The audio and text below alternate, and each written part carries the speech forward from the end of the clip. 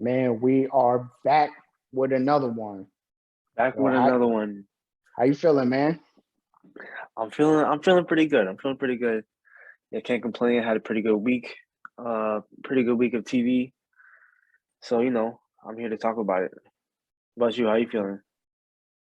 Yeah, pretty good. Same. It's a lot going on, lot to be excited about.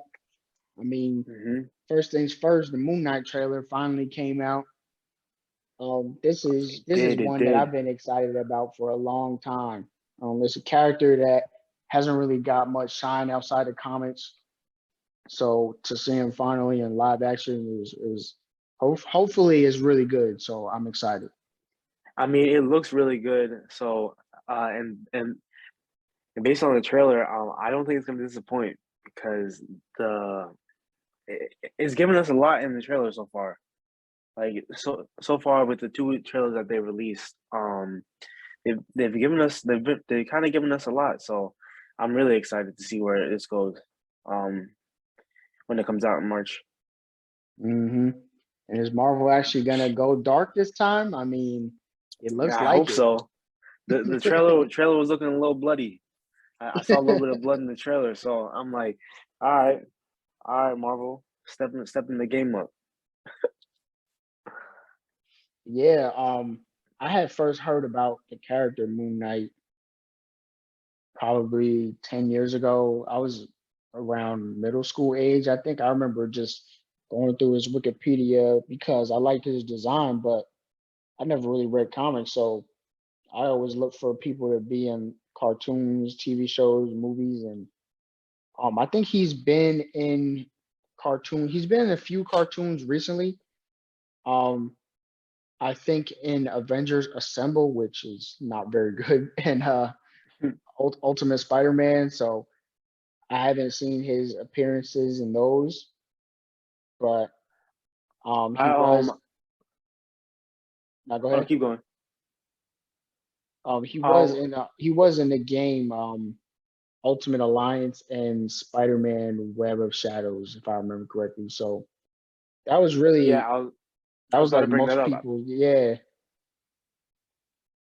Like I was about to bring up how like Moon Knight has been like I'm surprised that he hasn't already shown up in the MCU because he's been tied to a lot of like the titles of games that they've released on like iOS and hmm Ultimate Alliance is an old game, but like even since back then, uh I I feel like Marvel has had the rights to this character for a while, so I'm kind of surprised that this is the first time he's showing up or that a lot of people are hearing about him. yeah, and he's definitely one of the more interesting Marvel characters to me. Just from Right. his design and what he's about, the whole multiple personalities thing, and Yeah, his story seems crazy. hmm Can't wait. Yeah, I hmm can't wait to see. Because I don't know anything about the character, so I'm going into this blind, and I just wanna see where they take it. Because uh last show that I watched, well, last superhero show that I watched that dealt with multiple personalities uh was like Iron Fist season two. I don't know if you remember, but I do. yeah, they I forgot who hired her, but Mary Walker, Yeah, Typhoid in Iron Mary. Fist season two. Yeah. Mary Walker. She was like, um, Mary was her. I don't know. Mary was her main personality, and Alice uh was her second personality. And Alice had no idea that Mary existed, but Mary knew who Alice was. So so Mary would leave Alice notes like around the house and be like, "Don't do this, don't do that." And when Alice like would see the notes, like she'd be like, "Yo, who wrote these notes?" But then it was funny because eventually, like Alice was kind of like picking it up, like, "Oh man, like this was me, and I just can't remember." So so we're seeing a lot of that, a lot of that in the Moon Knight trailer, which is so interesting, like the way that the way that the mind works, and the mind can be so separated at moments. Hmm. So I'm excited. And speaking of multiple personalities, you got to watch Doom Patrol. Oh, you told me about that. Yeah, there's a character in there that has like a whole bunch of personalities. So yeah, Oh, you need to watch that. But I'm a yeah, I'm gonna hop on Doom Patrol soon because I gotta catch up on all my DC shows. You yeah. told me about Young Justice today, and I was just like, dang, I haven't watched Young Justice in a minute. And what about Harley Quinn? You probably ain't watched Harley Nah. Quinn either. Oh, I didn't watch. Like I started watching it, and I was like, this is actually pretty good, but I just didn't get through it. Hmm. Yeah, it took me a long time to finish it too, but that show was heat. Yeah, I'm gonna return to it soon, but for now, we're Oh, and talking. I'm hearing about Peacemaker too, since we just to Oh yeah. talk about DC. And I know I talk a lot of trash about the show, but I'm probably gonna end up watching it, honestly. Oh, you haven't you haven't tapped in yet No, I haven't watched to it at all. Peacemaker? Nope. No, it's actually not as bad as people were saying that it was. For people that were, it's not as bad as people were expecting it to be. Oh, you Uh, actually watched it? I, yeah, I watched the first 3 episodes. Because it was a 3 episode premiere, Hmm. and um, it wasn't bad. It was cool. It was like um the first episode was interesting. Like it was a good pilot, right? It Hmm. was a good pilot. The second episode was like a little slow, but then the third episode, which was actually my favorite because there was a lot of information that we got in the third episode. Um like there's a lot of information we got in the first episode, which is why I liked it. The second episode was more filler. The third episode we got a lot of more information as well, and it helped push the story forward. So I think Peacemaker is off to a healthy start. If I'm being Hmm. honest, but Yeah, what we getting into um today, man? yeah, you know what else is off to a healthy start is my boy Boba Fett. No, Boba Fett had their episode 4, which is kind of like their mid-season, uh, which is a mid-season because they're dropping seven episodes. Um, and honestly, at first, like with Boba Fett, it was a little bit shaky to me because Oh, and I couldn't spoilers. really tell. Oh yeah, Spoilers. yeah, yeah, yeah. If you did not Yeah, see up to Boba spoiler. Fett episode 4, right? Yeah, episode 4, do Yeah, not it's listen spoilers from because here on out. yeah, I will be spoiling. I will not be hiding anything. Yeah, we're not holding anything back. So if you haven't watched, I would just back out now. So we don't gotta hear it later. But yeah, the first between the first 3 episodes, right? I couldn't really tell if an episode was good or not because it had like a lot of good moments and like a lot of like only like okay moments. Like this is only okay. There hasn't been anything like bad so far, um, which is good. But I I would say that so far, um, I I would so far I would give it like a 7. Hmm. So it's often like it's not a bad start, but it's off to like a pretty good start. Hmm. Yeah. Yeah, I think I can What about agree you? What with do you that. rate it? I can agree Yeah. with 7 because it's solid. It's really solid. I'm really enjoying it. There's not really anything bad about it. I mean, I don't. There's some things where I wish they were more. They just took something to that next level.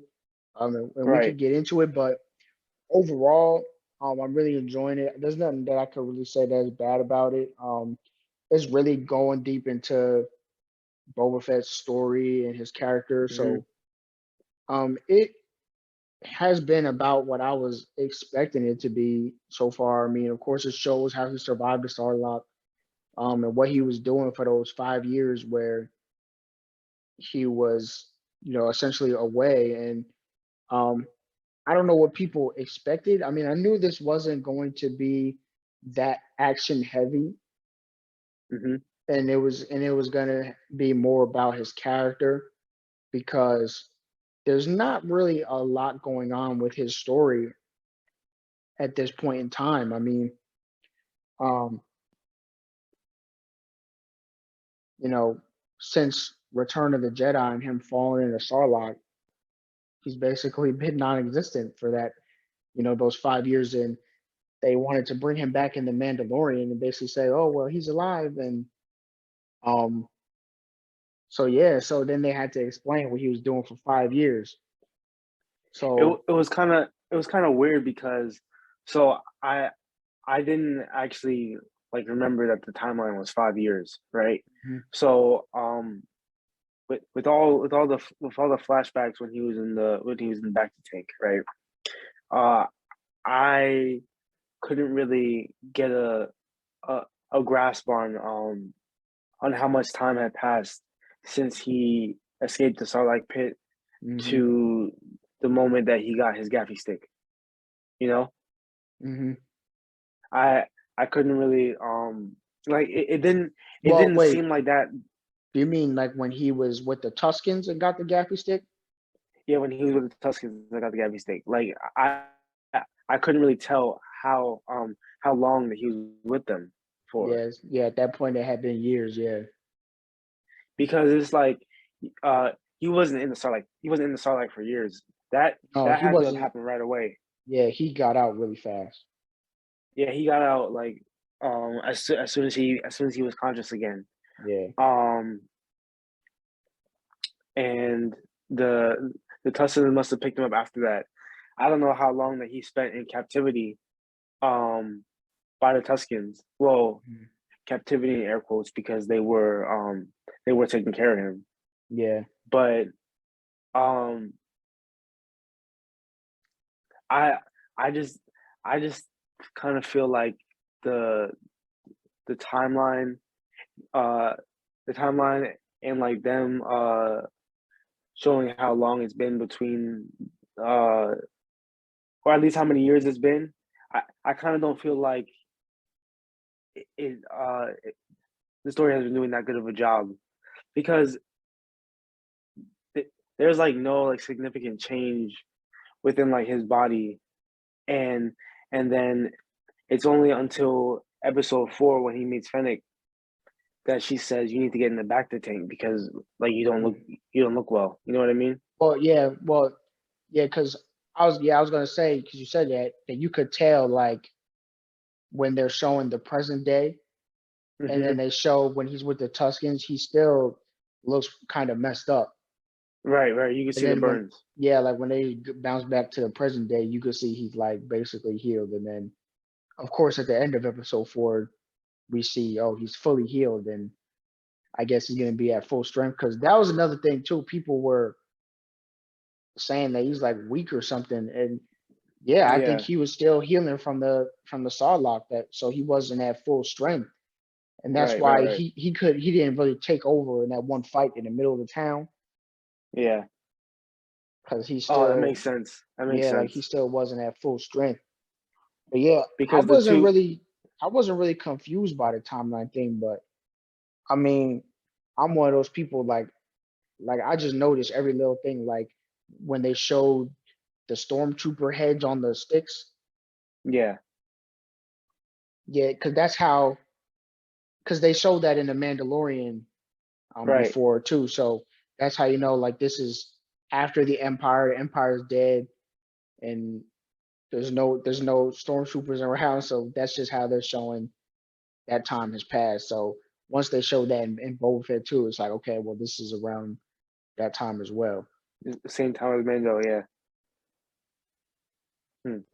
The well, so far in the season, right? Um, I liked everything that they put together. like I was like okay with everything. But I really like this episode 4 because Mhm. um So did I. the way the way that it's setting up the rest of the season, I think they did a really good job. Like this episode was really important because it did a really good job finishing the flashback part Hmm. of the series and setting up where the series is going from here. And it did it in kind of an exciting way. Um because it's showing that like not only is Boba like fully healed, but he's starting to get like a grasp on being like a crime lord. Because Hmm. even the way that he held like the dinner, the meeting, Hmm. um above the Starlight Pit to show everybody that he has a Starlight now, so he's The like a little Rancor. bit more powerful. Oh yeah. A Rancor, a Rancor now, so he's a little bit more powerful. That was kind of cool because I didn't know what was going on. Like I kind of forgot that he had a Rancor, so that was pretty cool for me. I was like, yeah, this is a good scene. He's starting Yeah, to get a yeah, grasp of like of being like a leader, so I like it. yeah, yeah. And he's also trying to be a leader that shows that he's powerful, but without just doing downright evil stuff at the same Right. time. Like you can see he's treating the enemies different than other people would. Like a lot of times, if he got double crossed or something, other people would just kill him or maybe even torture him, feed him to the Rancor Hmm. or whatever. But Right. he's treating people in a different way. Like that one part where the water guy basically tried to get him to um, you know, I guess kill some young teenagers or something. And he and Boba basically sorted out the whole situation, really getting to the bottom of it. Oh Like yeah, no, yeah, like no, this yeah. guy's overcharging for water, and y'all can come work Right. for me since there's no work available. So it's things like that that's really showing what type of person he is. Yeah. And I really like how they showed that Tusken Raiders are actual humans and not just beasts. Because Right. Right. Right. ever since even the first time we see him in A New Hope, we just see Hmm. him,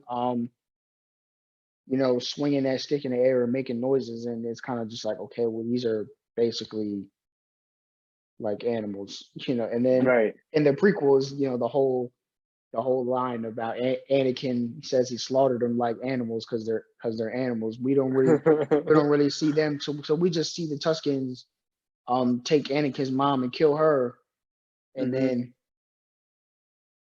that was really it again. Yeah. And it took until now for us to really see like what is their life like, what are their traditions, what do they do, um and yeah, it basically just showing us everything about them. I really like that because they're really diving into that Star Wars lore and really getting into everything that maybe the movies kind of glossed over just because there's not enough time for everything. So yeah, I really So enjoyed like that too. I like I really like this Tuscan the Tuscan part of the show. Like me personally, I feel like that's been my favorite part of the show so far. Hmm. I like the flashbacks more than I like the present day. Hmm. Only because I love like a good character development, right? And I see how like Boba is starting to like gain a lot of respect for like tradition and Hmm. uh he's gaining a lot of respect for like tradition and stuff. Um and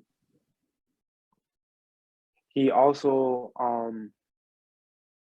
like the way that he embraced farming for like the black melons in order to get water in the desert, Hmm.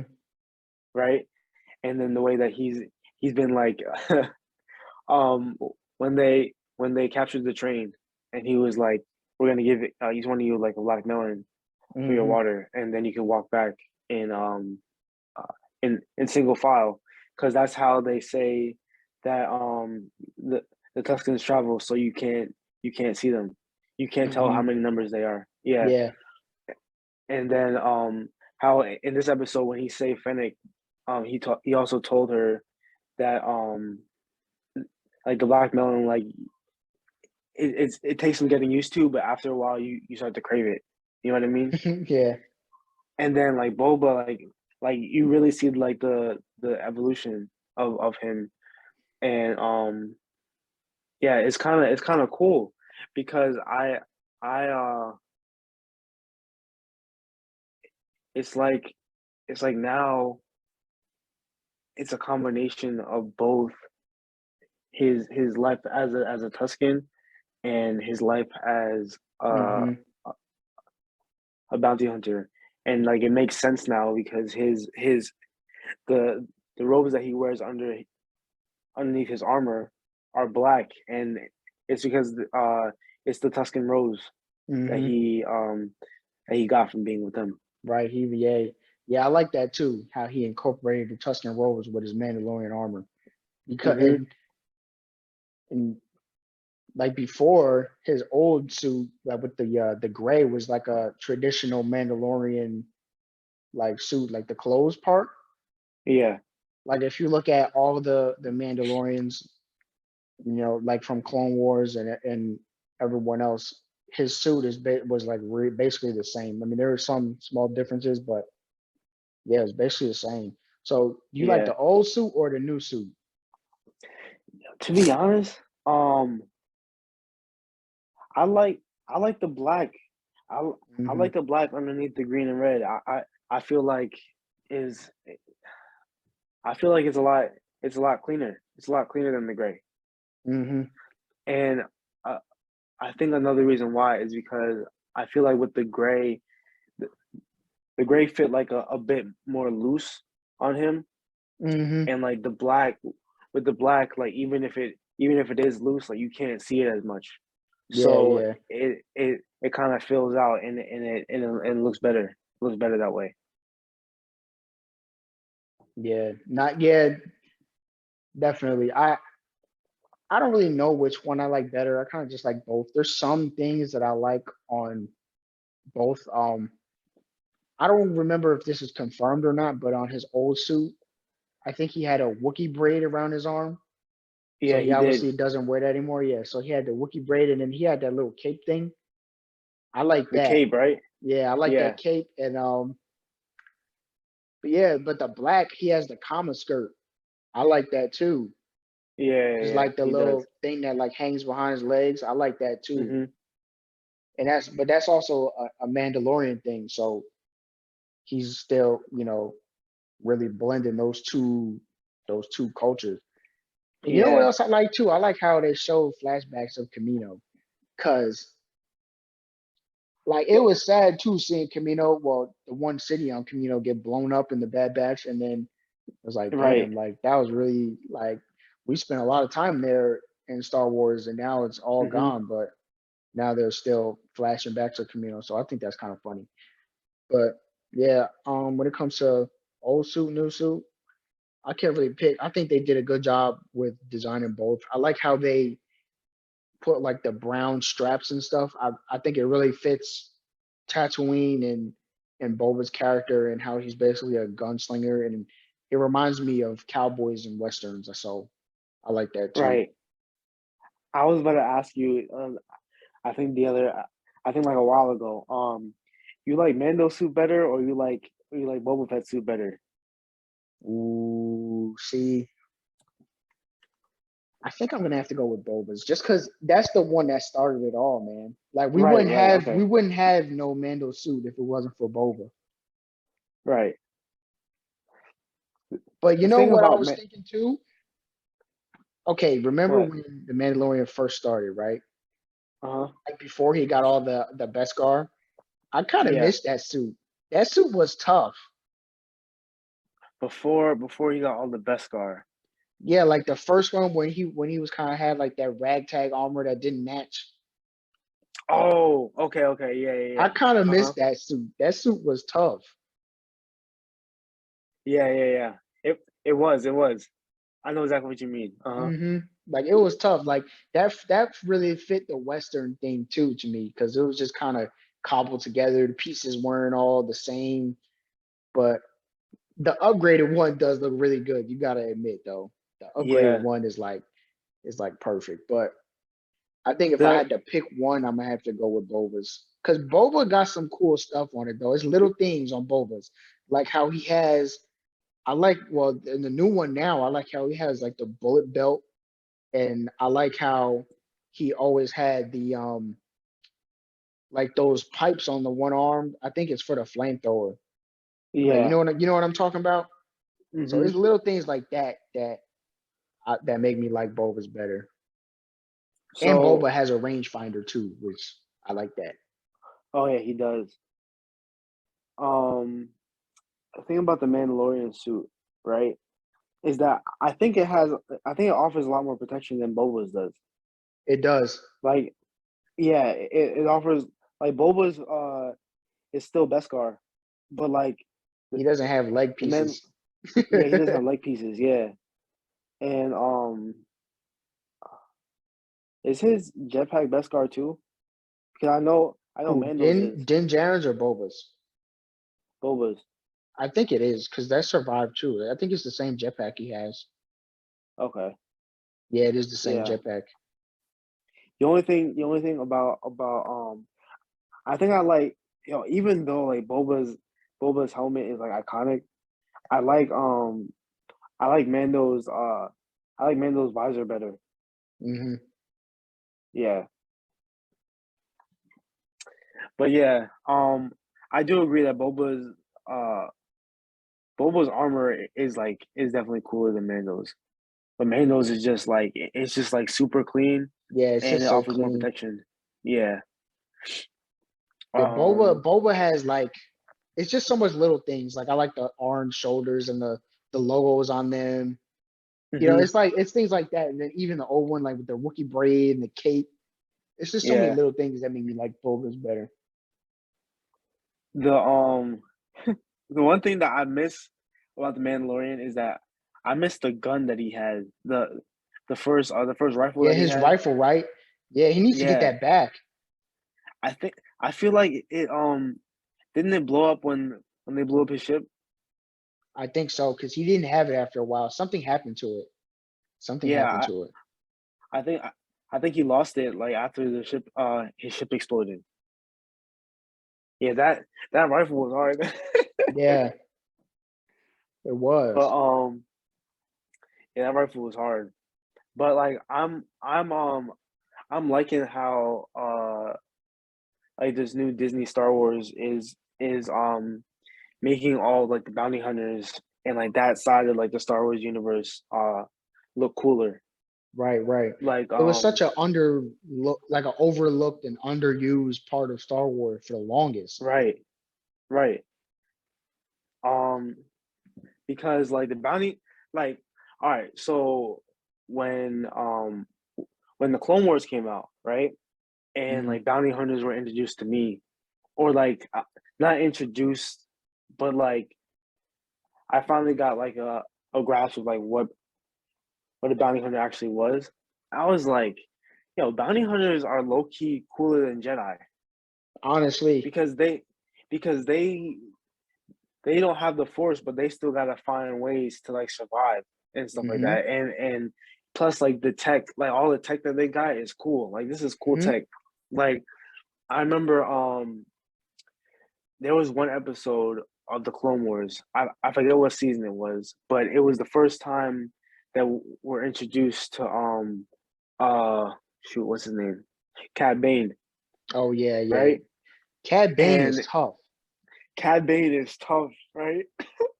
The first time it was just Cad Bane, and it was the time when he brought a group of bounty hunters into uh into like the senator's palace, right? Yeah, yeah.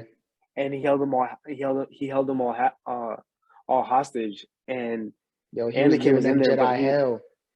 yeah, Anakin was in there, but he didn't have his lightsaber, and Padme had his lightsaber, so So Anakin was like struggling, like Hmm. Anakin was struggling to fight back against the bounty hunters, but like eventually he did it. But low key, I was rooting for the bounty hunters. I was like, yo, this is like an interesting story because the bounty Hmm. hunters are strong. Like without the lightsabers, like bounty hunters still Hmm. have a chance. And then another thing, and this is like one more point with Clone Wars was it was getting further down the Clone Wars story when when they introduced Mandalore and Hmm. Death Watch, Yo, Death and Watch was tough. Death Watch was tough, right? Oh, and you know they were in the Mandalorian. Those flashbacks was Death Watch. Yeah, they were. Yeah, I remember. I remember. Hmm. Um, and there was a fight between Obi-Wan and Pre Vizsla, Hmm. right? And that fight was OD because Pre Vizsla had the dark saber. Hmm. Yeah, he had the dark saber and he had all his Mandalorian equipment. So he His had a fight against jetpack. Maul too. Yeah, his fight against Maul. Yeah, so yeah, bounty hunters got it, bro. Like Hmm. honestly, like bounty hunters are cool. I And I like him. So you know, Mandalorians well, they basically made themselves the way they are to fight Jedi because they didn't have the Force, so they figured, well, each one of us is going to be like a one man army because they have Beskar, which a lightsaber can't cut through, right. and they have guns. They got all kind of weapons on the wrist, flamethrowers. They're shooting ropes, and Hmm. they're throwing smoke bombs, and they got guns on. They're shooting the missiles from the feet. They just Hmm.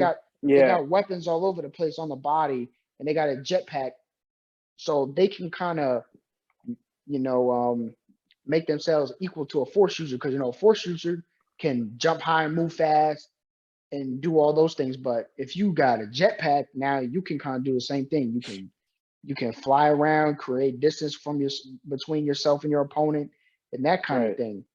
So like each Mandalorian is like a one man army, and that's where all that stuff came from because like in the Star Wars lore, there was this big war between the Mandalorians and Jedi a long, long time ago.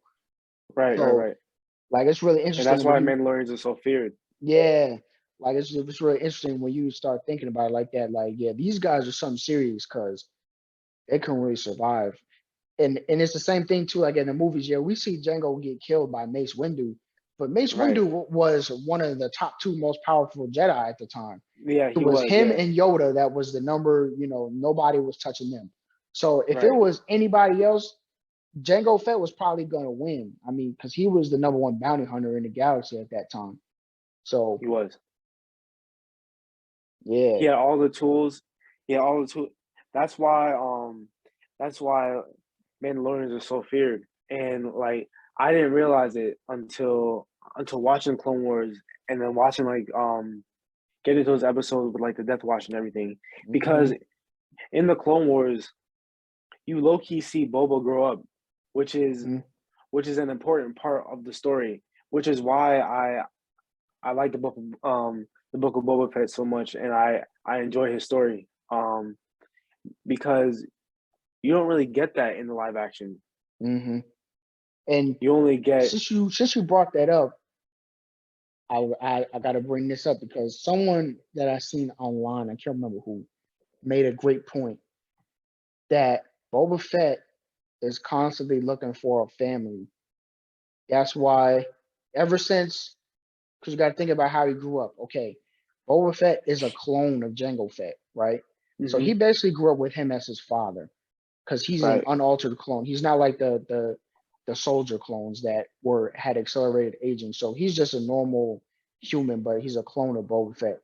I mean, a clone of Jango Fett. So he grew up with him being his father. He dies when Boba Fett is still really young. So at that point, he has nobody. And hmm if you watch the Clone Wars, eventually you're going to see him. He's like a young kid. he's still only like 13, I think, by the end. By the Yeah, time the Clone Wars is over, Boba Fett is only 13 years old.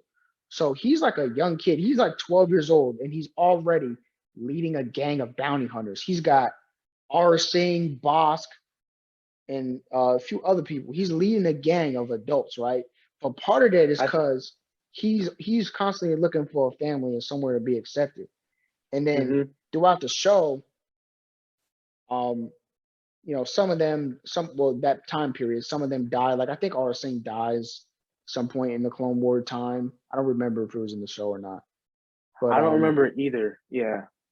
yeah, of course Bosk still survives, and Mhm. people hopefully Bosk appears in the Book of Boba Fett. I want to see him again. But yeah, I he want to see Boss again too. Yeah. yeah, but he's constantly looking for that family, people that he could be around, and by the end it looked like he lost that again. So he lost that with the gang of bounty hunters, and then he died. Well, he we thought he died, and he joins the Tusken Raiders, and then Mhm. they all get killed. Right. So he's just And then he had constantly looking for that family, and I think that's why he accepted Fennec so easily too. right. But also, like, it's interesting that you bring that up because so the the family part of it, right? It's like when Bobo was young, uh, he was all he was always like traveling, um, or he was always making moves within a group of like bounty hunters like himself, right? Hmm. And now like as Boba is older, he's going back to that because now he's surrounded by Fennec, he's surrounded by Black Chrysanthemum. Hmm. Um, uh, soon Mando is gonna be in the mix. I don't know if you heard the music, but like it Oh is yeah, yeah, yeah, definitely. yeah. Yeah, I wouldn't be surprised if Din shows up in the next Me, few episodes. right, right. I wouldn't be surprised either. I was like wow, that's like so crazy how they mixed in the score and Hmm. then they had it flow right into Boba Boba Fett's music. So I was Hmm. like, yeah, that was hard. That was hard how they did that. Um, but yeah, the way that he's rounding up this group of bounty hunters is kind of cool because it's like a live action. It's turned into a live action version of what he was doing during the Clone Wars. Hmm. Yep, he's got his people. Like I said before, I hope he calls Bosk up. He's got Black Chrysanthemum, Fennec Shan. If he calls up Din Djarin, I mean, look, we got a gang of bounty hunters, man. This is nice. Yeah, this is gonna be cool. That's what I'm saying. I'm like, yeah, this is gonna be cool.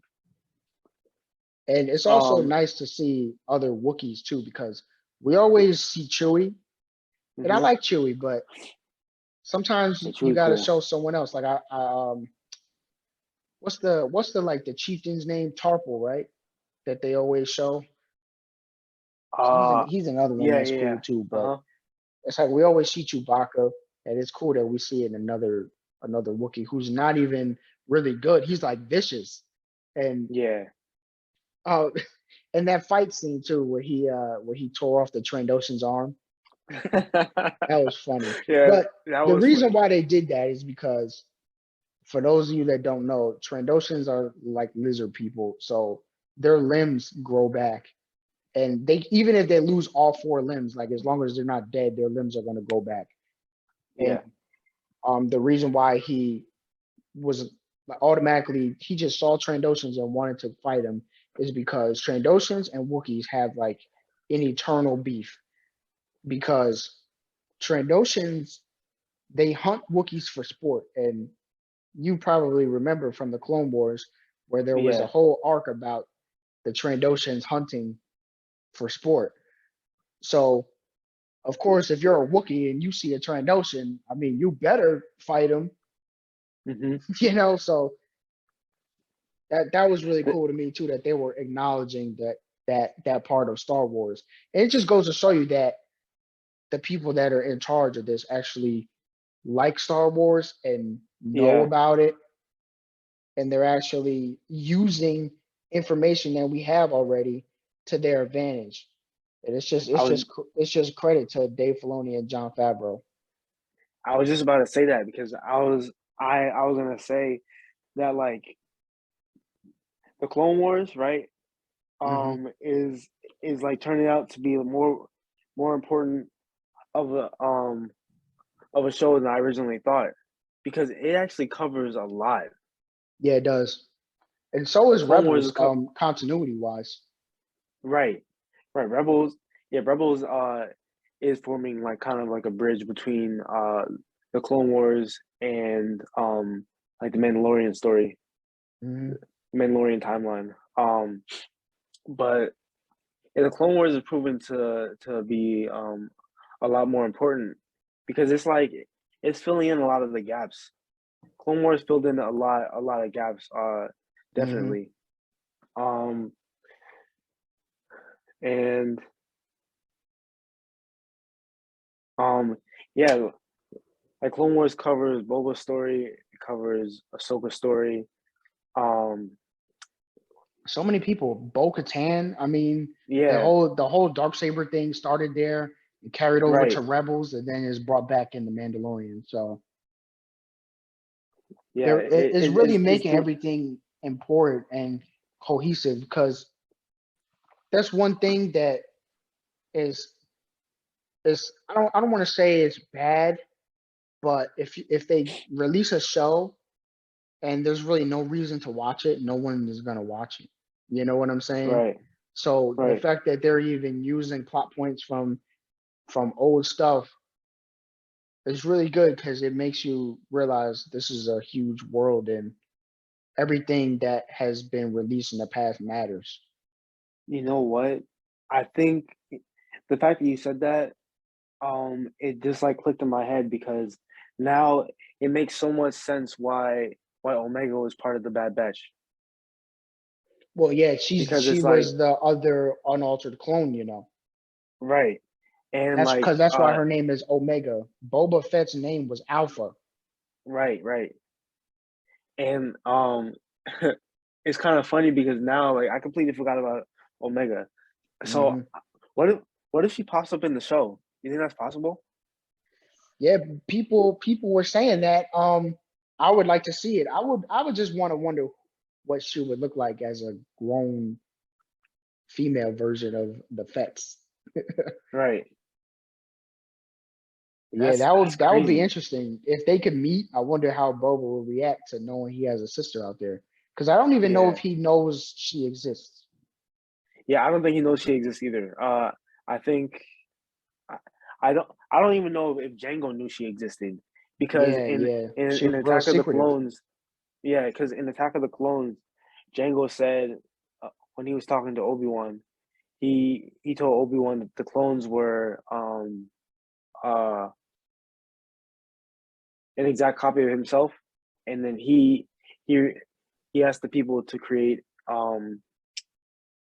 another exact clone of himself but unaltered at all, so he can have a regular growth process. So that was Boba, and that was Alpha, and then he didn't mention anything about Omega. Hmm. So um that I feel like he didn't know. Yeah, it wouldn't surprise me. Yeah. Um. But yeah, that makes so much sense now that they added Omega into the Bad Batch storyline. Hmm. I feel Yeah, like if she does, I feel like if she does pop up, right? She if she does pop up, I feel like she won't be using the name Omega. You know what I mean? Because hmm. Boba doesn't go by Alpha. He goes by Boba. Well, yeah, but that's because Django named him that. Oh, okay. You know how all the clones had like a number. Yeah, So like when the Kaminoans, of course, gave all them a number, and since he was the unaltered one, they just called him Alpha because I think that means first or like number one or yeah. something. It's one of those Greek words or something. But so they just gave him the name Alpha and then gave the second one Omega because that's last. Hmm. But Omega, because Omega didn't really have like no parents. She was just with the Kaminoans and they didn't care. So They didn't give her like a normal name. They just gave her the name that they decided. Same way Boba had Alpha, but he had a real father, so he gave him like a a real person's name. Yeah. Wow. You think we'll ever get to see Bad Batch in live action, or at least one of them? I don't know. I mean, it's possible. I mean, as long as Yeah, it's Tamara possible. Morrison wants to do it, I mean, they could bring back any clone. They could bring back any clone, you know. So Yeah, that's true. I mean, they could even do it for like a cameo, and if Tamara doesn't really want to do it or something, they could do a cameo and just have them do the voice. Don't take their helmet off or something. I don't know. Tamara's old now. He's like He's like 61. 60, yeah. Yeah. So yeah, I don't know. I don't know That's how why much people time are that he just has left. saying that they want to do Captain Rex. Yeah. Yo, I want to see. Yeah, I want to see Rex live action. Yeah, Uh, me too. I want to see Rex live action more than anything.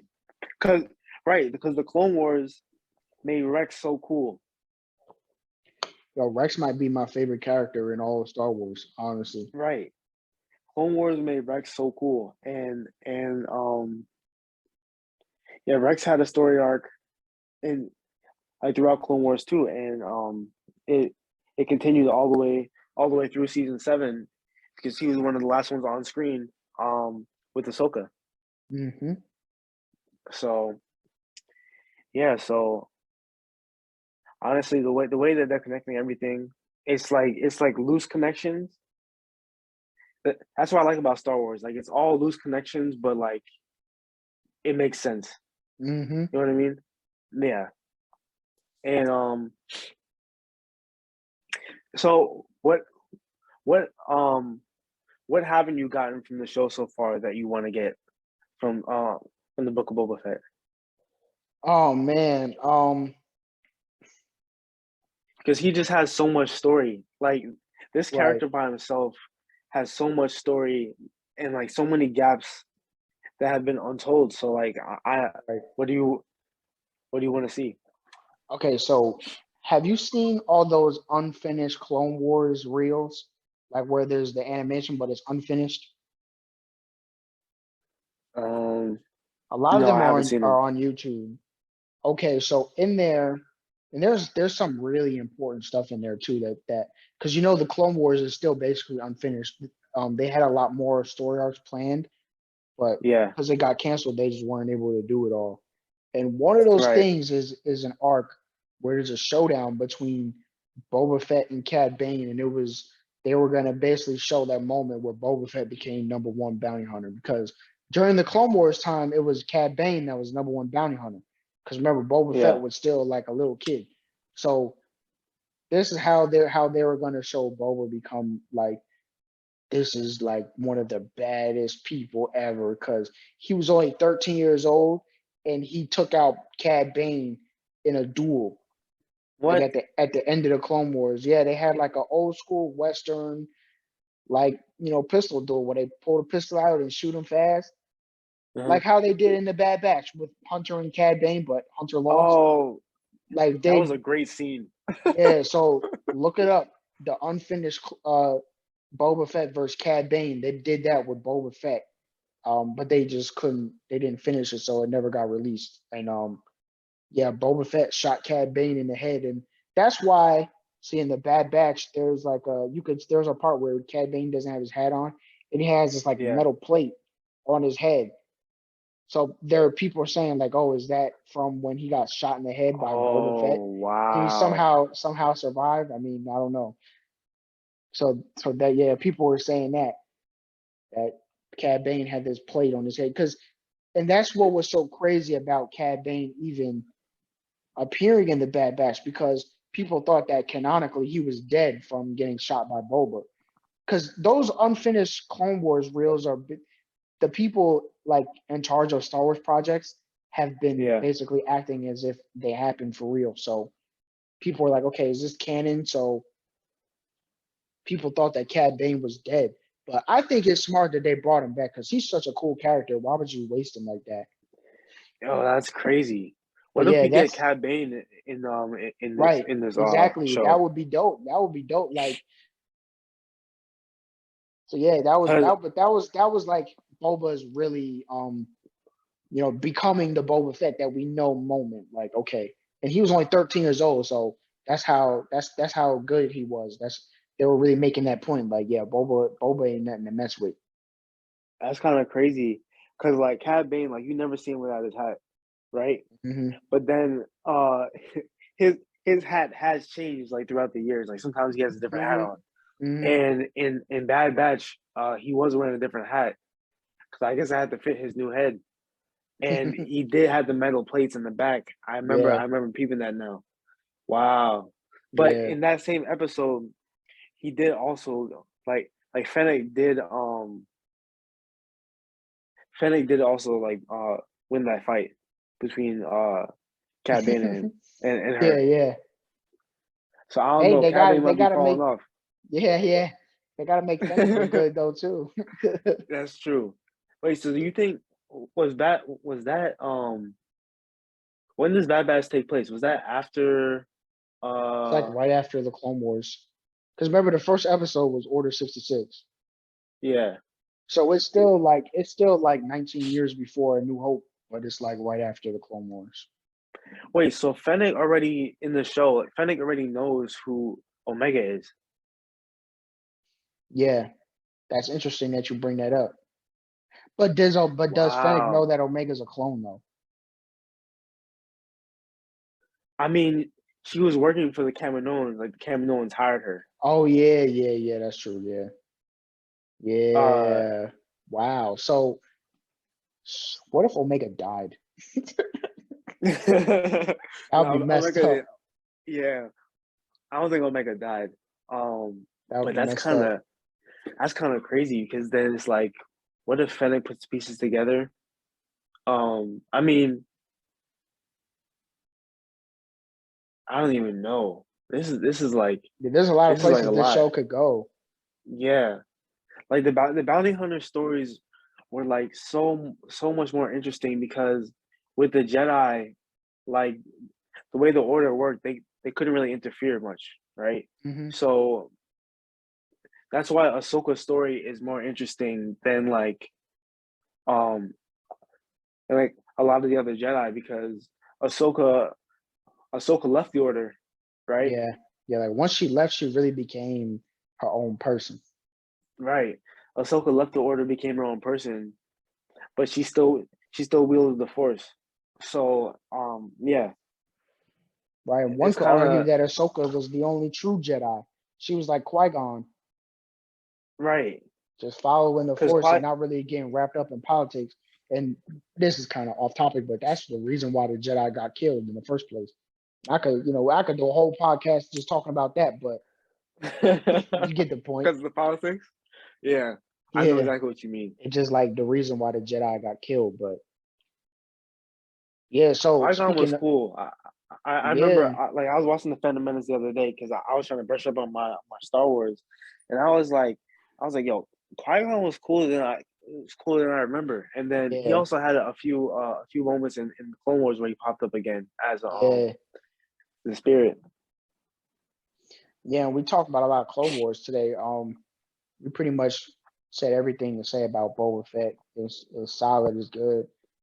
We're excited for Right, the finale, and hopefully we get season 2 and 3 and 4, and he shows up in the Mandalorian season 3 and everything.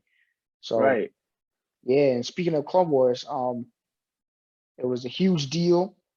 Clone Wars ran from 2008 to like 2013, so we were still really young when it finished the first time, Yeah. and they brought it back for season 7. Well, really, it got canceled after season 5, and then they brought it back for season 6, and 6 was mad short. There was only like 12 Yo, six. episodes in season Yeah, 6. six was super short. Six Yeah, was like weird too. It was weird because um season six was weird because I feel like they were trying to do what they did in season seven, but from like Yoda's perspective. Yeah. I like the arc that they chose for the last arc too. It was just kind of weird because it didn't, it wasn't really connected to the rest of the plot, you know? But Yeah, I mean, I think it still worked because the Clone Wars is an anthology show anyway. So I think it still worked, but I mean, we really needed that season 7 because Ahsoka's story, that gap is just too big to let go, and yo, Ahsoka and Rex are the main characters of the show, and we needed their part to be finished first and foremost. Yeah, I want to see right. the other arcs too. There's a few other arcs, but yeah, and I mentioned before the unfinished animation reels. Some of that was in there, like the Bad Batch part, the Uh-huh. Bad Batch arc in the Clone Wars season 7 was in those unfinished. So you could, it's funny to see the unfinished part, and then they actually finished it and put it in season 7. Yeah, how I did like you how feel they about switched season up. 7? Yo, season 7 was like amazing to me. I was like, yo, season 7 is so good because it was 12 episodes, right? Yeah, Season 7 was 12 episodes, and they broke it up like perfectly. It was like 4, 4, and 4. So they gave Rex 4 episodes, they gave Ahsoka 4 episodes, hmm and then they have yeah, like they the brought it finale. together. Yeah, that was all on Mandalore. And I just thought it was so interesting because, like, first of all, coming back right off the bat, the animation was incredible. I was like, yo, they because when the Clone Wars first came out when I was a kid, I was like, yo, this animation is really cool, right? Like Yeah, for but a if you show, watch season 1 now, it's not bad, but you could see they it's really not improved it over the years. they really yo. That's what I'm saying because even between the animation from season 6 to season 7, you can Yeah, tell like the details within like the eyes and like the faces yeah, and the facial yeah. structures and the detail in like the back and everything. They they really like knocked it out of the park with the animation and detail and everything. Um, and right away, the story was like super interesting because they introduced the Bad Batch. Well, no. First of all, they continued the story with is it Echo? Yeah, Yeah, the one that we thought died and they saved. yeah. They continued the story with Echo, right? Hmm And they said, well, that wasn't how it started, but they um they introduced the Bad Batch first to get the story going on because the Bad Batch is new, is fresh, new, interesting, right? And then it had some great action scenes, learning the hmm new characters, and then it continued on when Rex found out Echo was alive, and then they found Echo, and it kept going. And I was just like, "Yo, this is getting so good! Yeah, This is getting so good so fast." And it was like I thought that the Bad Batch was like just like a storytelling ploy. They were just gonna drop them in for like one episode or something like that. hmm But we got 4 episodes of the Bad Batch, right? Right off the bat, and I was like, "Yo, this is crazy because these are like some really cool characters, right?" And like you know how a lot of people like don't really like the clones um as They like my characters favorite because part. they're They my favorite part. clone no like for real like clones were like the best part of Clone Wars because they made they made them like they made clones cool and then they actually like gave them Like like they personalities, actually show like personalities like each one of them would make their armor different or they would get different right? haircut Right. or They be like or having all kind of tattoos. tattoos and everything and haircut. Yeah. Yeah. So I was like, oh, this is kind of hard. Um, yeah, so that was cool. And then the Ahsoka story, like it kind of slowed down, but like the way that it was building up and the way it got together, like we met some new characters, and I just couldn't wait. Like I just couldn't wait to see Maul again because Yeah. Maul is one of my favorite. Like everybody in Star Wars just has something about them that makes them cool, Yeah. and the thing about Maul is that Maul's story. is low key like Boba's, where there's been so many gaps in his story, Hmm. but like And there's still a it gap that just hasn't been fixed yet. Well, it technically has been right. fixed, but I'll get into it in a little bit. It's like there's so many gaps in his story, but it works because it continues the story. It it it helps like the story to continue on for like years. Like stuff can just be added in. You know what I Hmm. mean? Yeah. So um yeah, I like Maul's story arc. And that's how it all like came together in the end. And I just thought it was so interesting. It Hmm. was a really good season though. A really good season of TV.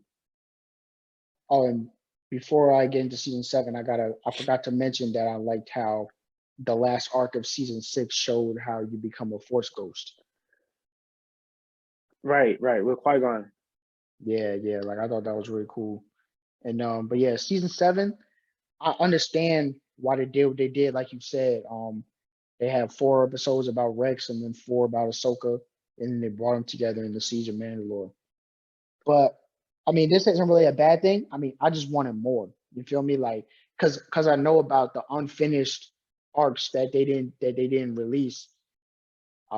I just wanted more. Like I said, I wish we could have seen the Cad Bane versus Boba Fett arc. Um, Yeah. I wish we could have seen and in the unfinished reel. See, you need to go look them up because there's so many. There's this one with um like Obi-Wan and Anakin, and they talk about Ahsoka and how they feel about her leaving and stuff. Which is like a big character moment. I wish we could have seen finished. Yo, right? There's an episode with the Bad Batch and Yoda working together on Kashyyyk. And that Really? was, yeah, that was basically going to explain the line in Revenge of the Sith about how Yoda says he has a good relationship with the Wookiees. So yeah, so in the Clone Wars, there was like going to be an episode or an arc about the Bad Batch with Yoda on Kashyyyk. So that's like, I wish we could see that finished. And Wow. there's an arc. Okay, so from when the last time we see Maul before the Siege of Mandalore, Yeah. Sidious is shooting him with lightning, right? That's the last time we see him. So we know he gets captured by Sidious, right? So Yeah. there's an arc. I don't know if they did any animation for it, but there's like an arc that they plan to do Oh, called right, right, right. what is it called? It's called Son of Dathomir, I think. And they did it in a comic, but I don't want to read a comic. I want to see it in the show. Yeah. So it's like a comic where it explains, like it shows what Maul did to escape from Palpatine. So I wish we could have seen that in the show because that's another gap. Hmm. Um, and there's another one called Dark Disciple, where the Jedi Quinlan Voss, Yeah. that guy that's like, he's crazy. It was a episode. Uh-huh. It was like an arc about him, and he Oh, like about how he went, went to the dark side? yeah, like he I went heard about that. undercover, and he was working with Asajj Ventress, and he like turned to the dark side. So of course that's another one I want to see, but I think the most important when it came to like the story, Hmm. was the Bad Batch on Kashyyyk, um, of course the moment like with Anakin and Obi-Wan talking about Ahsoka, and the Boba Fett versus Cad Bane. And like that's like my only criticism of season 7 really is the Martez sisters arc did not need to be 4 episodes. Let's be honest. Right. Cause That's what, yeah. like I didn't really hate them like a lot of people online, but they was a little annoying. And there's literally like Hmm. an episode where they in jail and then they break out of jail, and then by the end of the episode they back in jail. Like Yeah, the exact we enjoy. didn't need an episode of them breaking out of jail, having to break out of jail twice. Like Right. they could have knocked that down to 2 episodes, and then that whole moment, like I dumped the spice, it became like a meme online because yeah, like I gotta admit, it was annoying. Like this girl is Yeah. just acting crazy. So I don't think we needed 4 episodes of that, but I understand why they did it because it was really going into Ahsoka's character, but I think it still could have been executed better. And I think if we could have took those 2 episodes away and put in Boba Fett versus Cad Bane and Bad Batch on Kashyyyk, I mean, that would have been That would have been better. So Yeah, yeah, that was like I my would take main one criticism.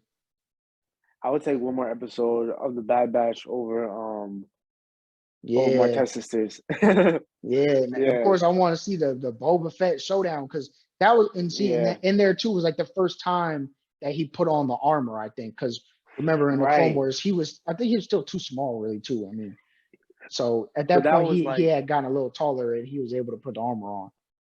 so that was like what what I wanted to see more, or what I want to see in Boba Fett. Like going back to my question, right? Right. So yeah, Um, and people were saying that too. Like, what if we see that in live action? That would be right. crazy. Even if it's If just a we little flashback of him shooting Cad Bane. We don't even need the whole like story about it, but we just need a little flashback of him shooting him. so what I'm thinking, right? What I'm thinking is that like Fennec, right? Fennec is like, yeah, like she knows people, right? So Hmm. obviously we got the Mando music, but like she also knows Cad Bane, right? Hmm. So then it's like Cad Bane shows up live action.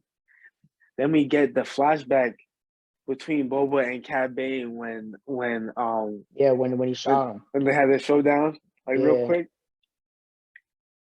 Oh, That would be so crazy. and that would probably work too, because it would be like the thing. A kind of theme would be that Boba is now friends with people he used to fight. Because if I remember correctly, I think he fought Black Chrysanthemum in the comic, I remember hearing something about that, but I think they used to be like not partners, but they were but they both had known working each other. under Darth Yeah, Vader. yeah, Yeah, they were they both knew who working each under other Vader. was.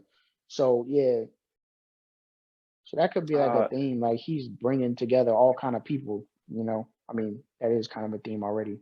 But yeah, but wow, that would be so crazy. Like if we got Cad Bane live action, yeah, uh, but I don't low key low key I don't really see that only because like the way Cad Bane is, um, I don't see him fighting a war. yeah, he might. Yeah, he might like pop in for a second and help him, but he's not gonna stick Yeah, around. I don't think. yeah. I don't know if he's sticking around, but wow, Yeah. So that's crazy. do you have a favorite Clone Wars arc? Favorite Clone Wars arc.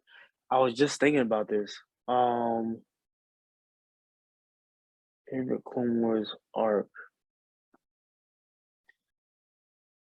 Dang. Honestly, well, nah. I don't want to say that. I think it's just recency bias, right? What But Siege of I Mandalore? love no. It wasn't even the Siege of Mandalore, but I loved the Echo story arc. Yeah, yeah. Like from like like the way that because when I was like when Rex was like I think Echo's alive, right? I was doing mad research and I had to like look up like the episodes that Echo was in so I can watch them again so I can see what happened to him. Yeah, Because yeah. it's something like that you wouldn't expect them to bring back. Right. So watching all those episodes again, I'm like, yo, that's kind of crazy because um I think Echo was like there was like one episode early on when they were still shinies, right? So they were like fresh clones, but Mhm. they didn't have any dirt on their armor yet, so they called them shinies. And Echo was part of that group, along with Fives and He the was rest of them. heavy, You know what I mean? heavy and cut up. Right, right. And Echo was part of It that group. was So that was Domino Squad. right. So then seeing like that whole story arc, like because like because clones die so much, right? Or Hmm. like they die so easily, like in the show, it's kind of cool to see like at least one of them made it all the way. You know what I mean? Right. And And and at least it wasn't just Rex. right. And well, speaking of clones that made it all the way, Kix survived till like the sequel trilogy time. Really? Yeah, yeah. Kicks. There's like yeah, the medic one. Oh yeah, yeah, okay, okay, yeah, yeah. there's a comic where, because if you notice in the Bad Batch arc, he's there, but then at some point hmm between the Battle of Anaxis and the Siege of Mandalore, or was it the Battle of Coruscant, he's not there in the show anymore. Like if you look at the Siege of Mandalore arc, he's not even in the show like at all. And because there's a comic, see, now, I don't know if this was a planned arc for the show. I'm assuming it is Yeah. because he disappeared. Um, he got captured by Count Dooku and got frozen on a ship. I forgot what they wanted to do. I think they wanted to kind of do the same thing like they did with Echo, Yeah. like by getting the plans or something, getting his like battle strategies. But the ship that while he was frozen, like what do they call that? I forgot what it's called when they freeze people. Oh, what's it called? Not carbonite, but like ice Yeah, I was freezing. about to say carbonite. Yeah, yeah, Yeah, I it's I'm having a brain fart right now, but you get what I'm yeah. saying.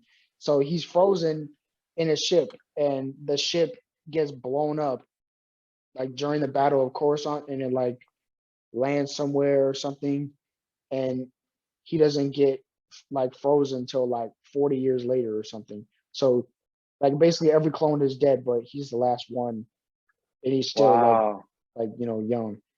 But yeah, oh, and Oh, Echo in that episode where they were calling him shinies. You know how he has like the yeah, hand on his armor? He got that from yeah. Rex, because I don't know if you remember. I didn't notice it till the second time I watched the show, where they shoot that giant worm thing, and then Rex gets the blue blood on his hand and he wipes it on Echo's armor. And then Echo just always kept that blue hand on his armor since then. Like Oh, it's okay. those little like those details that really make that Yeah. show stand out for me.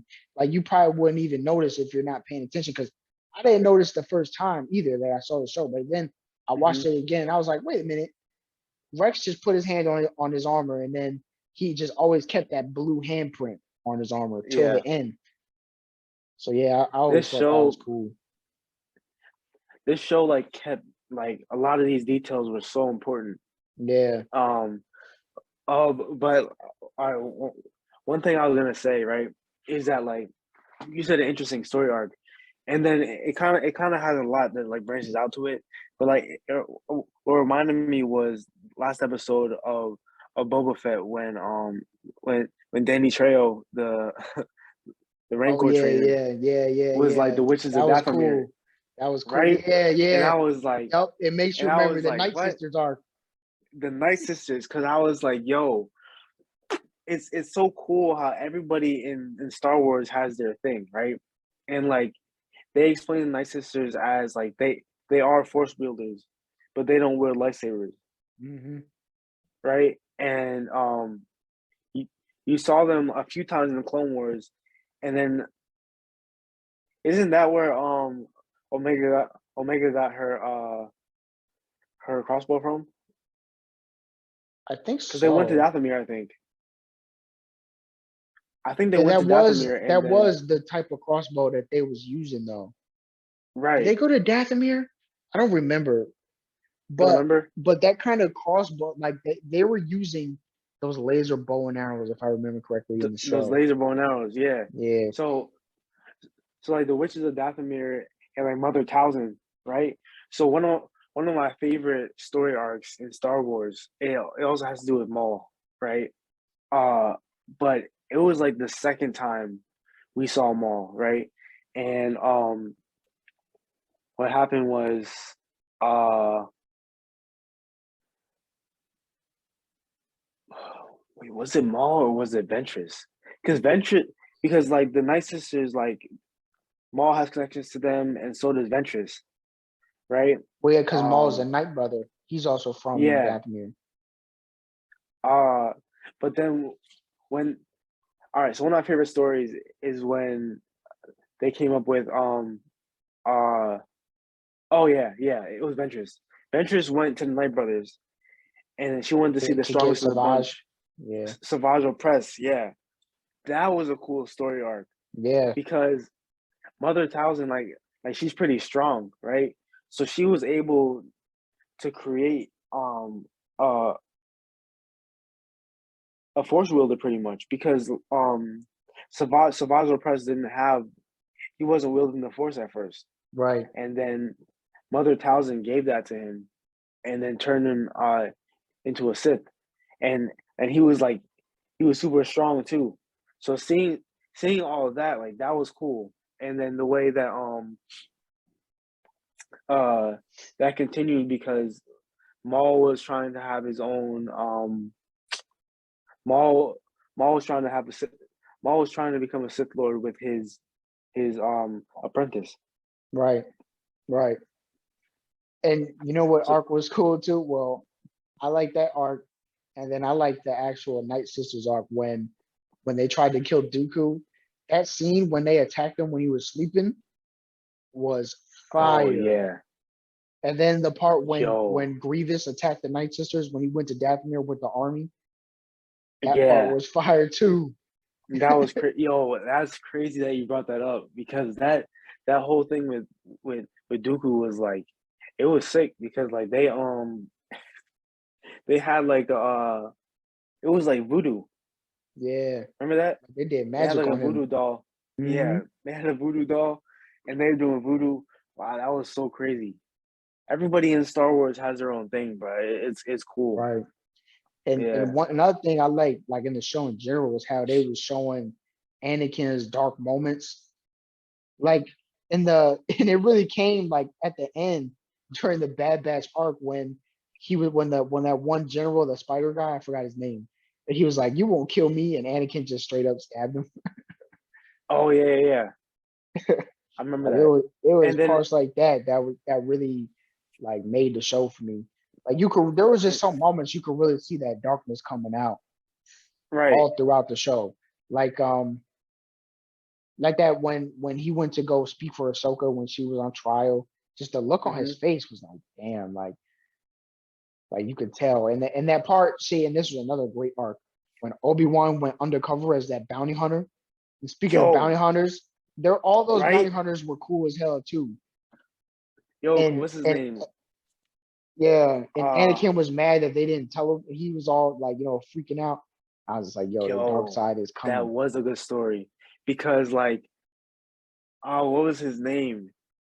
I forgot his Uh name too, the actual bounty hunter. yeah, the actual bounty hunter that he was yo. And then I like that one like octopus guy too.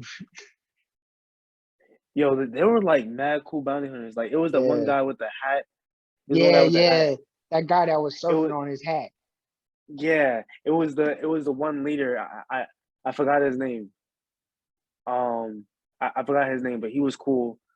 Uh and then it was Cad Bane was in there Yeah. because it was what they were doing was they were trying to that wasn't arc because that was like 3 episodes Yeah, because that was a whole arc.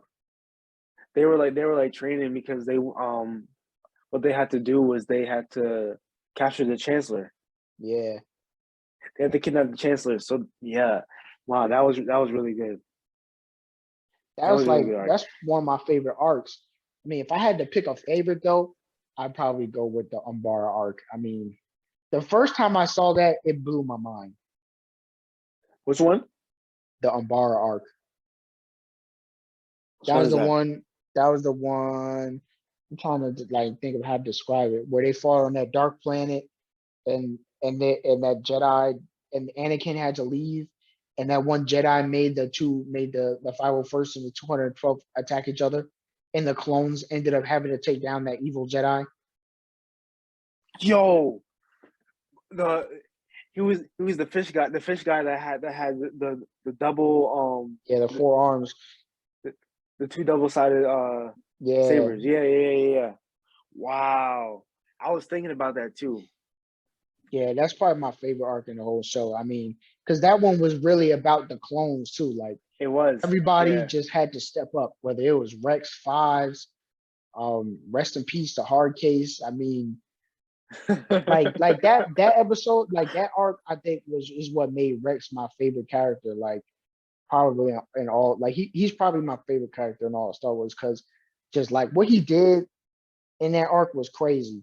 And I was watching the behind the scenes, like I watched all the behind the scenes stuff of the Clone Wars too, and like they were explaining how in the end when they were gonna shoot Pong Krell, the evil Jedi, they was Hmm. gonna when they were like deciding like, oh, we're gonna make Rex shoot him, and then they decided at the last second, like, no, we're gonna make Dogma shoot him because I don't know if you remember, but Dogma was the one that was like sticking by him, and he was like believing that the Jedi when all the other clones were basically ready to mutiny, and Hmm. he was the only one that was like, man, we just gotta follow him. Like I'm sure he's gonna like make us win the battle, even though they were taking heavy casualties. And then I Yeah. just think that was so perfect because when they really like had evidence that nobody could deny, like, yeah, this dude was really trying to get us all killed, and it would hurt him the most, and that would cause him to shoot him. And it wasn't even really like in Rex's character to shoot somebody like that, like to execute somebody. You know what I'm saying? Hmm. So I really think that was like perfect. Like that's Yo, really you're right. like that whole thing really yeah, that whole arc really made me like Rex, and rest in peace to Waxer too. That was sad. Yo, yeah, yeah, yeah. Wax. Wow. Oh, but you That's know so what's crazy funny? that you brought that up. But you know what's funny though? I say it's not really in Rex's character to execute somebody. Um, I don't know if this really counts though, because remember that slavery arc where they were on Yo, Zygeria, bro, and I was gonna and say that. Yeah, yeah, yeah, there was that guy that was sitting in the chair or something, and he was like, "You won't kill me, you're a Jedi," and Rex just throws a spear at him and kills him. yeah. So I don't know. I mean, maybe he does. Maybe he does execute people. Yeah, I remember 'Cause that slavery arc because I was like, that was a uh, fire arc too. that was hard because it was Obi-Wan, right? It was Obi-Wan and Rex. Yeah, So I was like, yo, who is this guy with Obi-Wan? Because he was wearing different like yeah, he was wearing a different outfit. he was wearing different clothes. I was like, who is this? Like I've never seen this guy before. Then he said Rex, and I was like, oh, yo, Clone Wars was fire, bro. Yeah, What in the world? Clone Wars is hard. Yeah, yeah. There's like a few scenes that I just watch every now and then. yeah. Like one of my favorites is the second battle of Geonosis, the landing at Point Rain. Like the beginning of the episode when everybody's just like when they're flying into the battle, it's just crazy. Like that's one thing that I like in general is large scale battle scenes. Whether no matter what it is, whether it's live action cartoon, that's one of the main things that made me like Game of Thrones. Um, Lord of the Rings has some crazy battle scenes, They and did, they did. Clone Wars like because a lot of cartoons don't really have that because they're not really a lot of stuff isn't really about war like with armies. So Uh-huh. the Clone Wars really delivered in that fashion to me. Like, and Umbara had a few too. Like it had one that scene in the beginning of the Umbara arc where the ships are just going in. There's no dialogue. There's no music. It's just like all gun sounds, explosions. Like I like stuff like that. Like those Right, moments. There's not even really talking besides people like directing on the battlefield. Like over here, giving directions, and right, right, right. it's just the sounds of the battle and that the beginning of the episode landing at Point Rain, that scene that shows the actual landing, it's it's one of my favorite moments in the show because it really delivers. There's no music. It's just and that was in season 2, I think. So the animation had got a little better because season 1 at the time was really good, but now it looks rough, especially compared to the end of the show. But then Compared like to season season seven, 2, yeah. yeah, like season 2 got a little better. So I like that scene a lot. And there's another one where I don't remember the name of the episode, but it was um when Anakin and Ahsoka save what's the blue Twi'lek girl Jedi's name that got killed on Felucia in Order 66? Ayla Oh, Secura. Ayla Secura. When it's this scene where they went to save Ayla Secura. Um and it's another one like it's a really like quick battle scene where they're basically taking over. They're battling through a bunch of droids on a ship as it's about to blow up, and that's a really good scene too that I like. yo, speaking speaking of like arcs, like good arcs, because you brought up that one girl, the one you brought up that one girl, Ayla, right? Yeah, A good arc was like it was one time it was Anakin, Ahsoka, and Ayla, and they like crash landed on this planet, yeah. right? That's the beginning of that And arc. yeah, yeah, yeah, It's the beginning of that arc, that first battle scene, because Anakin gets hurt from the explosion, and then yeah. they're He like he gets stranded hurt. on Yeah, that yeah, yeah. planet. Yeah, so it's that scene like where Anakin gets hurt. Like that scene, I watch that scene like every now and then because it's just fire.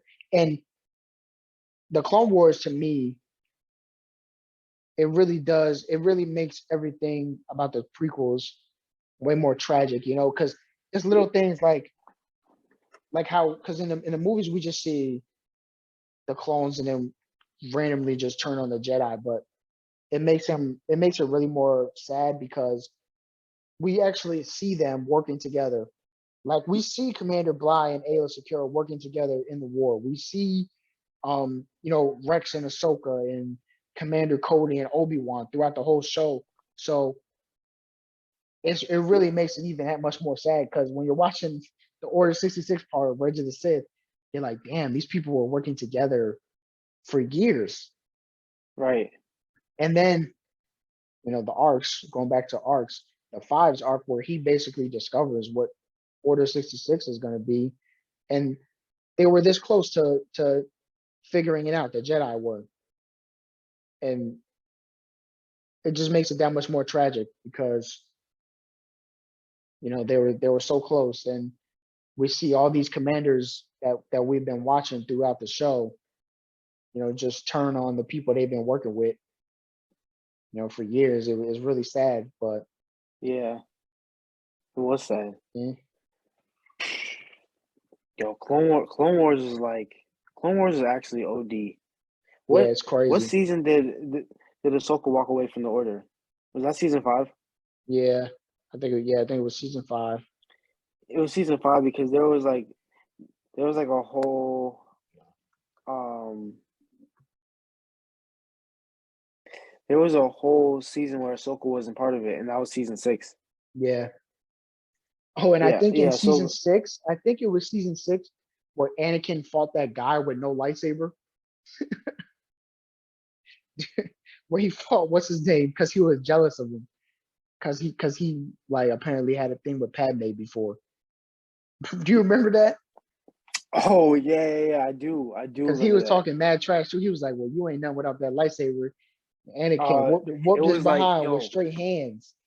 it was like General Clovis. Yeah, yeah, Rush Clovis, that was his name. Yeah, yeah, Rush Clovis. Yeah. But what's funny? There was this part where he like grabbed him, and there's a few moments in the show like that where he grabs someone with his metal hand, and because that hand's stronger, he like really grips him, and because he could like break somebody's hand just by grabbing him, and Right. during that fight, he did that. He like grabbed him, and he's like using his extra strength. Like that was really funny to me. Yo. Yeah. What's it called? The Clone Wars introduced like some really cool characters, like cool characters that we didn't get in live action, like Hondo. Oh yeah, Hondo is one of Yo, my favorites. Hondo, Cad And that Bane. whole and Um, that arc. Do you remember that? Say that arc when actually Hondo and Obi Wan teamed up against Maul and Savage yo, in that fight yes, when Obi Wan fought Maul and Savage at the same time and broke yeah, Savage's leg and cut his uh-huh. arm off. See, that was crazy. That fight. That's another one that I watch every now and then. That fight, because Obi Wan. See, Obi Wan was really one of the best Jedi. This man went Yo, up against two powerful Obi-Wan is people at the nice. same time and beat him. It beat him And bad. Savage is OD. Yeah, that man was Like the mad way, strong. yeah, Savage is like OD. Like he was like Black Chrysanthemum with a lightsaber. Yeah, this man Obi Wan folded him up like a pretzel. Yeah, have you seen have you seen the 2003? I'm not even gonna get into it, but have you seen the 2003 Clone Wars? Oh, the movie, yeah, I saw it. That was Yeah. when Ahsoka was first No, no, no, no, no, introduced. not the movie, not the movie. The 2003 the micro series, the first one, the 2D Clone Wars. Oh, you know what? You mentioned that to me before, and I haven't seen it. No. Yo, oh my goodness. Yeah, see, so I'm really not gonna even say anything. You need to watch that. I'm telling you. It's like it's only 2 hours in total, and Yeah. it's split into two parts on Disney Plus. So you can knock that out in one day. And Oh, when it's I on Disney tell Plus. you, yeah, it's on Disney Plus. It used to be on YouTube before they put it on Disney Plus, but I think it's on Disney Plus now. It's like perfectly seamless between two episodes 2 and 3. Like if you watch Attack of the Clones, then Clone Wars 2003, then Revenge of the Sith, it's like seamless. Oh shoot. Like it shows. Say, I'll just let you watch it and not say anything, but it's really dope. And when I say it's seamless, just know that it's seamless. Like it covers all the events that are important between episodes 2 and 3. Like there's a few things that I could say, and I won't say it because you haven't seen the 2003 yet. But there's a few things that the Clone Wars, the 3D show didn't cover that I wish they did, even though there's so many episodes. But is that really a bad thing? Wanting more from a show? I mean, every show should leave you wanting more. So I guess it's a good Yeah. thing. But I there's a few things that I I wish hope. that they covered, and you need to watch that 2003 show because it is like some people say that they like it better than the 3D Clone Wars. I won't say Really. that just because there's so much, but I think it's just as good, even though it's really short. Wow. All right. I'm gonna check it out. Yeah, But yeah, no, this was a good talk about Star Wars, bro. This was actually crazy. The way everything is like, the way everything's connected. definitely, Um, bro, the way Clone Wars is really what made me like start liking Star Wars, because I'm like, yo, Star Wars is hard. And like, definitely, if you don't think so, then just watch Clone Wars. Like, definitely. and it doesn't. The thing about Star Wars is that I love too is that it doesn't really matter where you start either. Right, right. Like, it doesn't really matter where you start. So that's why the Clone Wars, even though it is a gap in between Attack of the Attack of the Clones and uh um Revenge of the Sith, even though it is that bridge, Right, it but still it holds like, stands on its own. yeah, it stands on its own.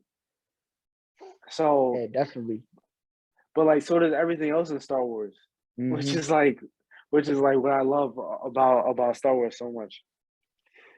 But Yeah, like yeah. I grew up liking the movies, Hmm. but and I watched the show on TV as a kid.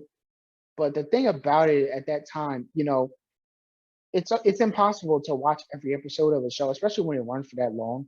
So Yeah. like eventually I kind of got a little older, I wasn't really watching TV and cartoons like that. So I hadn't seen most of the show until it was on Netflix, like in high school.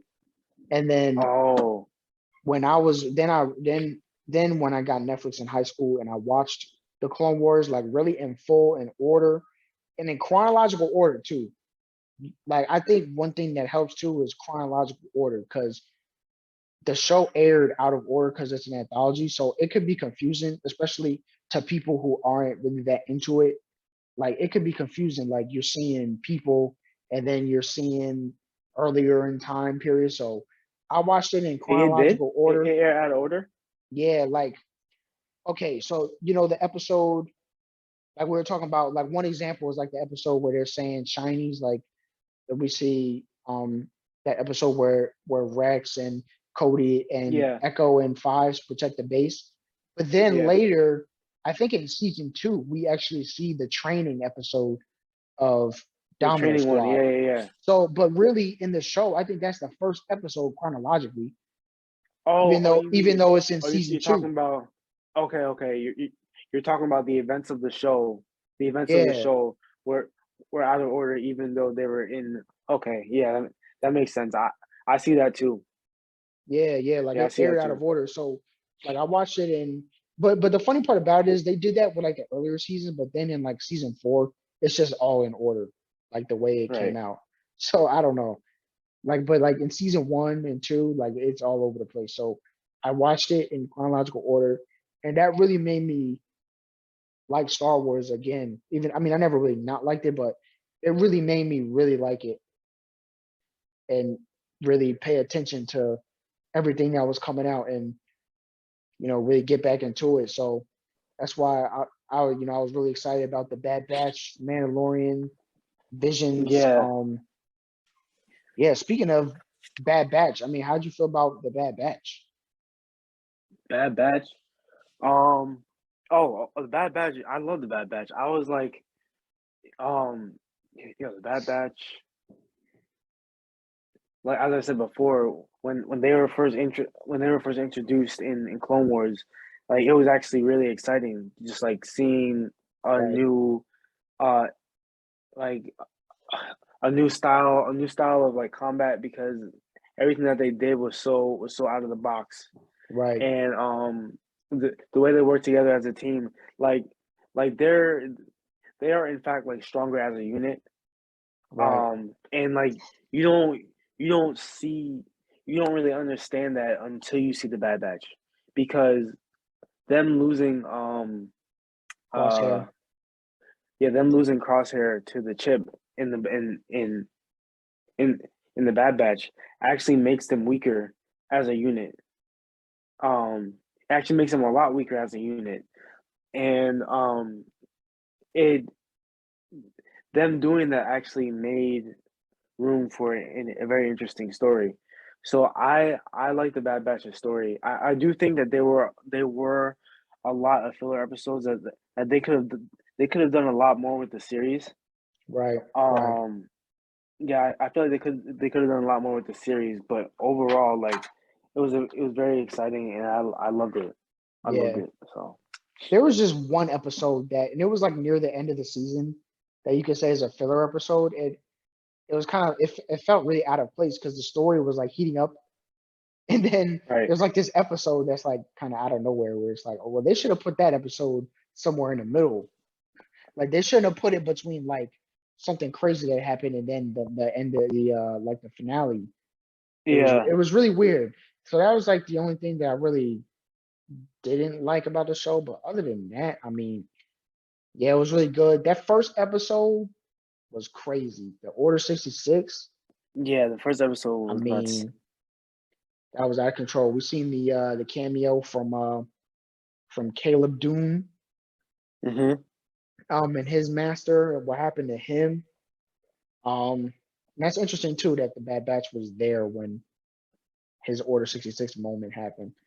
Right. Um,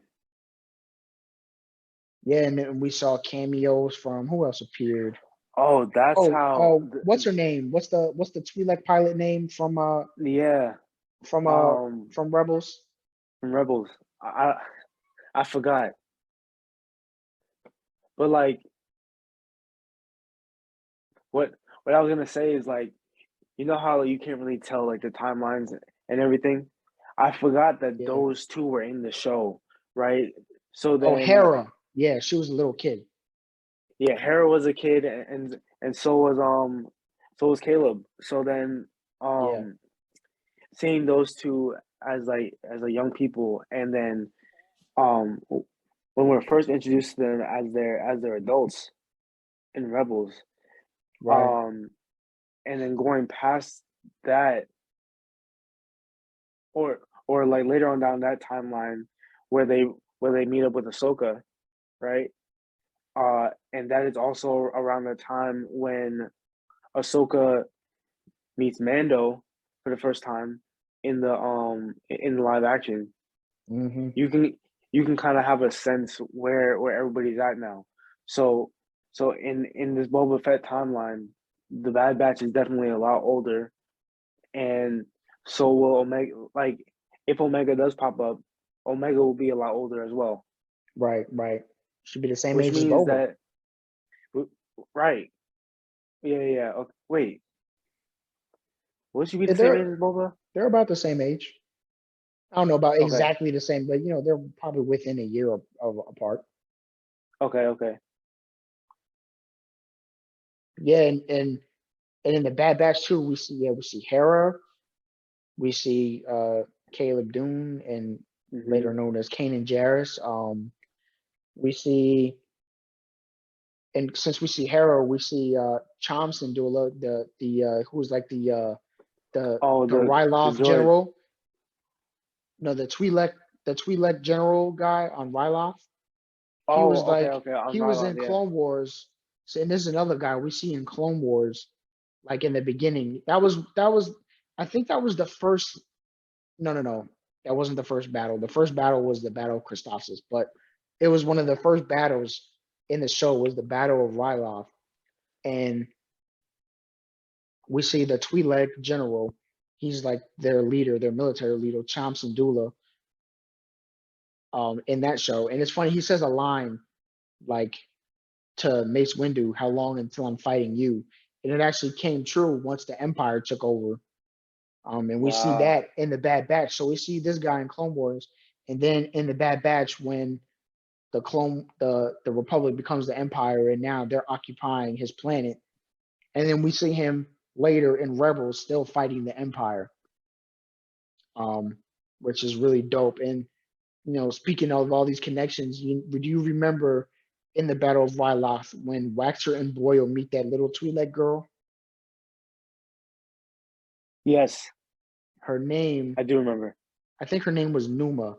And in Star Wars Rebels, we see him with Chomps and Dula grown up, and she's wearing a piece of the 212th armor on her arm. I don't know if you noticed.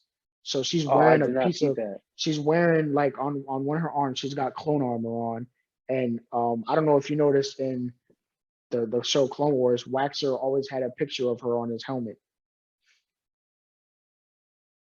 ever since No, I then. didn't know that.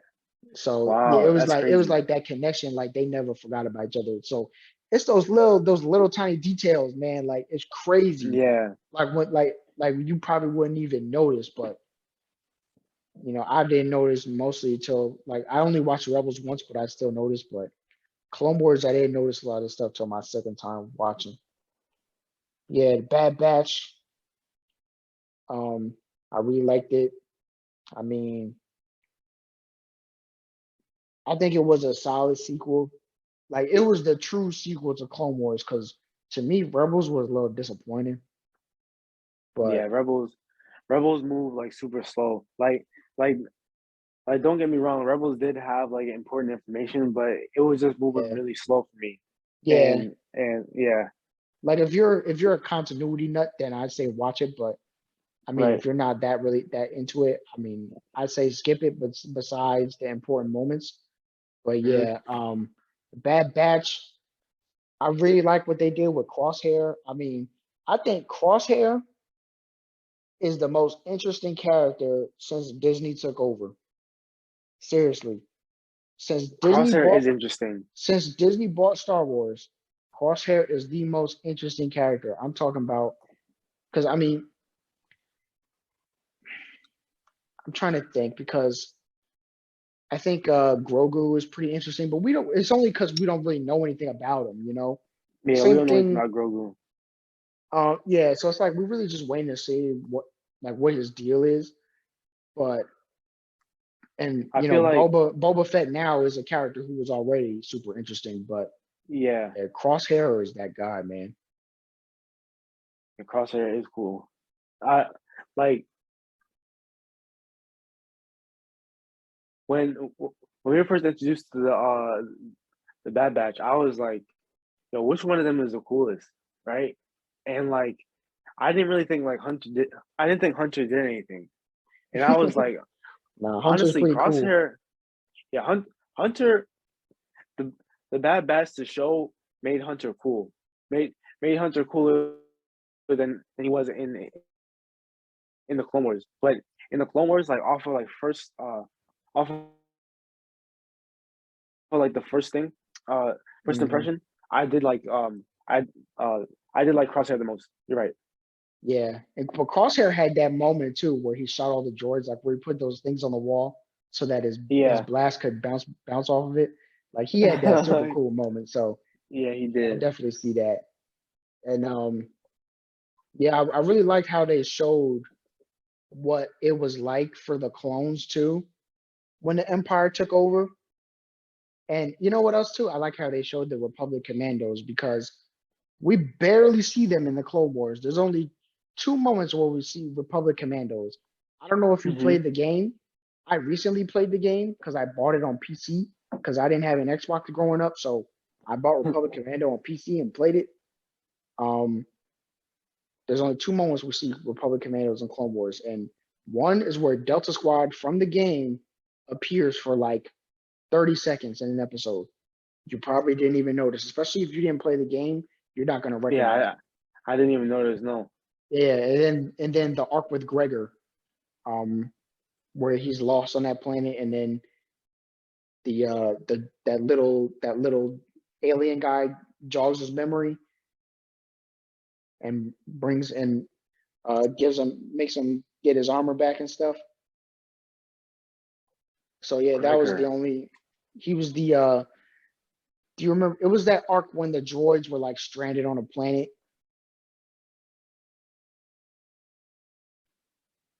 Wait, this is in Bad Batch? No, in Clone Wars. Oh, was it R2 and 3PO? No, no, no. It was R2. It was like R2 and a few of like other astromech droids, and one of them had that little Oh, tiny alien inside controlling it. yeah. Okay. I remember that because they Yeah, all like R2 was the only one that made it back yeah. And they found they because found that Anakin. clone. No, no, no, Yeah. no, no, no, no. No, it wasn't the arc where R2 got lost. Oh, it wasn't that one. No, it was when it's this is the arc where most people say it's the worst arc in the show. Like where the droids get sent on this mission, and there's like this military guy that's a tiny alien that's like leading them, and he's controlling one. He's inside one of the droids like for most of the time, and there's like two episodes of the droids basically just doing nothing, which I understand why people say it's the worst arc in the show, and I think I agree. But it does have the cool moment of finding a Republic commando that was stranded and lost his memory, and they like bring him back, and he's the one who helps them escape. See, and he appears again in Rebels when they find Rex and Wolf, and he's the other clone with them. He's like kind of crazy.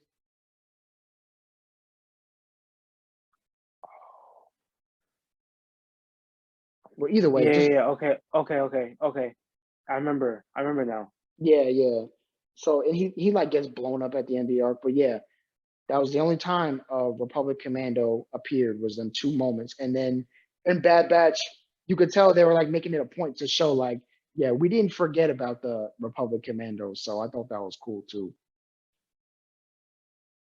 Wow. Yeah, you're right. I never played that game. I never played that game though. Republic Commandos. They should. I mean, it's from the first Xbox days, so it's like a PS2 game, but it's dope. Like if you can find it for a few dollars, I think it's on PS4 now.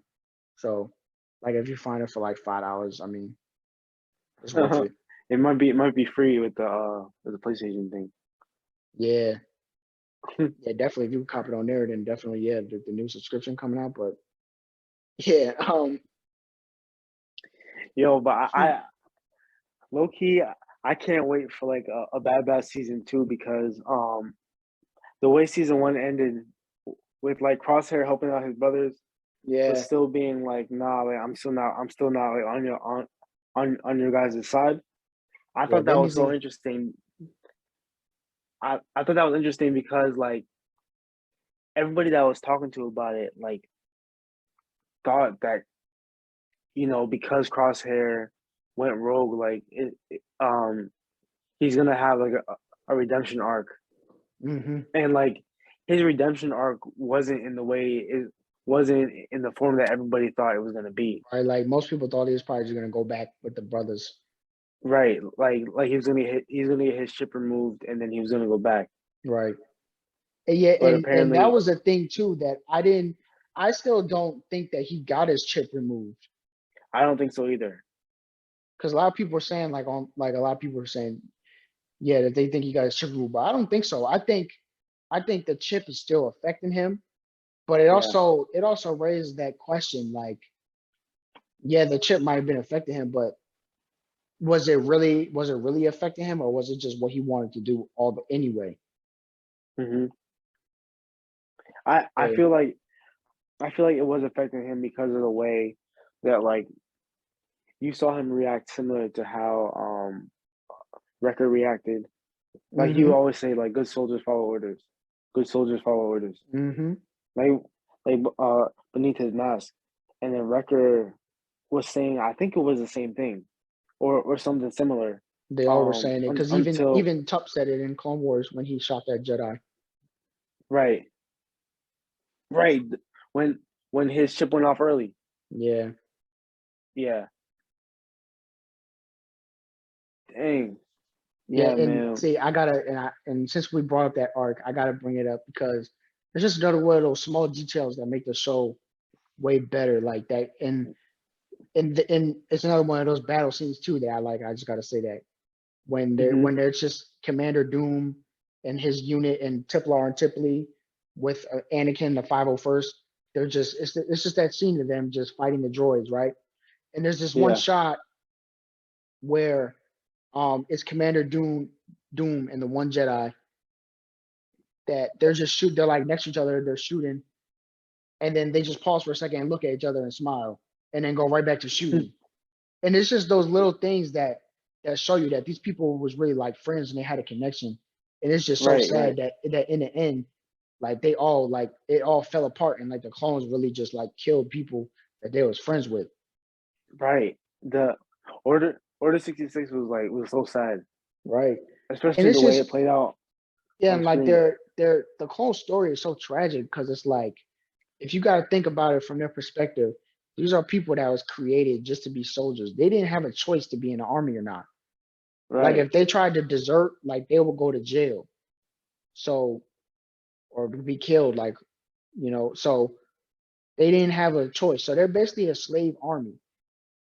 And then even so they really don't have a choice. And then in the end, once they served their purpose, they really didn't have a choice.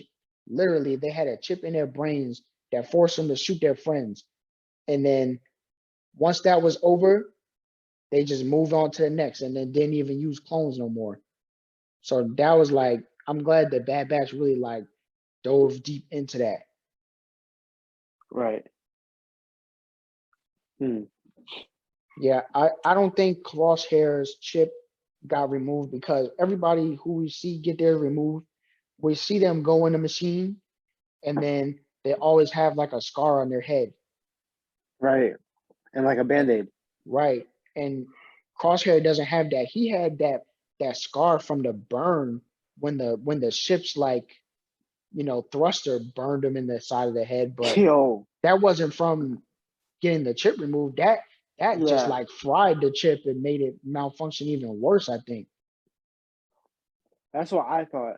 I thought that it was gonna fry the chip, and then that would be like his form of like removal. Right. But I don't think But that's what then, happened. I think that's why he ended up helping his brothers, but didn't go with the Empire.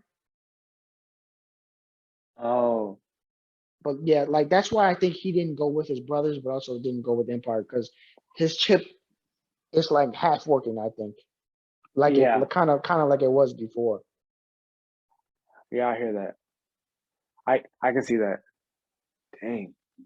Yeah, that scene was crazy too. And this man got burned. I mean, Yeah, when he got burned, I was like, what?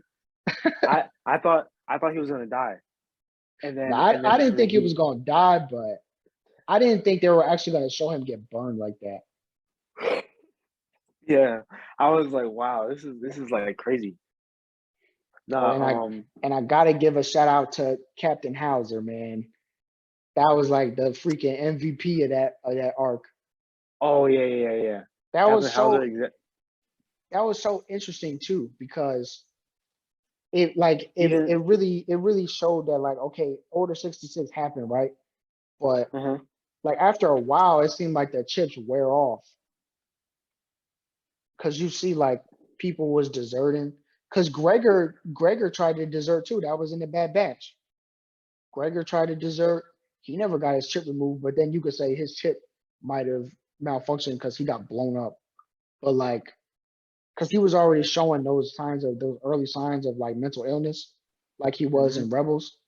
But that was like the same thing. Like Hauser, because Hauser and even the people that followed him, they didn't get their chips removed, but Hauser just gave him a speech and was like, "This is not what we about. This isn't what we here for. We're not here to oppress these people. We here to protect these people." And then Yeah, you could see like half of them threw down their shields and went down with him, and half of them like stayed and pointed their guns at him. So it was like a that's question of like, how long does the chip stay active yeah. once it's activated? Yeah, Right, and it's like do they still even with the chip do they have a choice? Because we seen Rex fight off the chip for a little bit, right. and then we seen when Rex tried to reason with Jesse, we seen him think about it for a second, but that chip was just too strong. I don't know, so it really brings up the question like, do they still have a choice anyway? Because we seen Hauser sway a bunch of people with a speech, and he's another person. He had a cool design, and I hope that he Yeah, appears in he season did. two. I Yeah, hope there's like a I hope there's an episode where they break him out of jail. I feel like with what he did, it raised like an interesting. It it can make for some interesting story for season two. So I hope that they bring him back. It probably they probably will. Yeah, I hope they do. Yeah. Yeah, I'm excited for season two. Right. I mean, you've seen Visions, right? Yeah, I've seen Visions. Yeah, how'd you feel about it? Visions. All right. So Visions. The thing about Visions that I like is I like how much each one of them focused on like not so much the lightsaber itself, but like the kyber crystal within the Right, right, lightsaber. I thought that like that was like really interesting because it's something that outside of the Clone Wars isn't really talked about in Star Wars in Star Wars stories. right. So I found it so interesting how they all like, highlighted that and like the different animation styles, man, from like the different studios Yeah, were all so interesting. And I didn't really know what Visions was at first. So after the first episode that I watched with the guy in the village, I went into it thinking that I'm about to get a second episode of that because I was like, this is such a great story.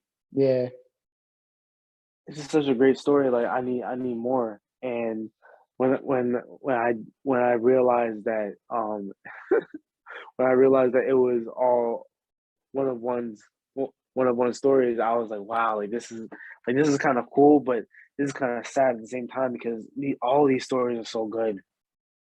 yeah. Yeah. Oh, and about the lightsaber thing,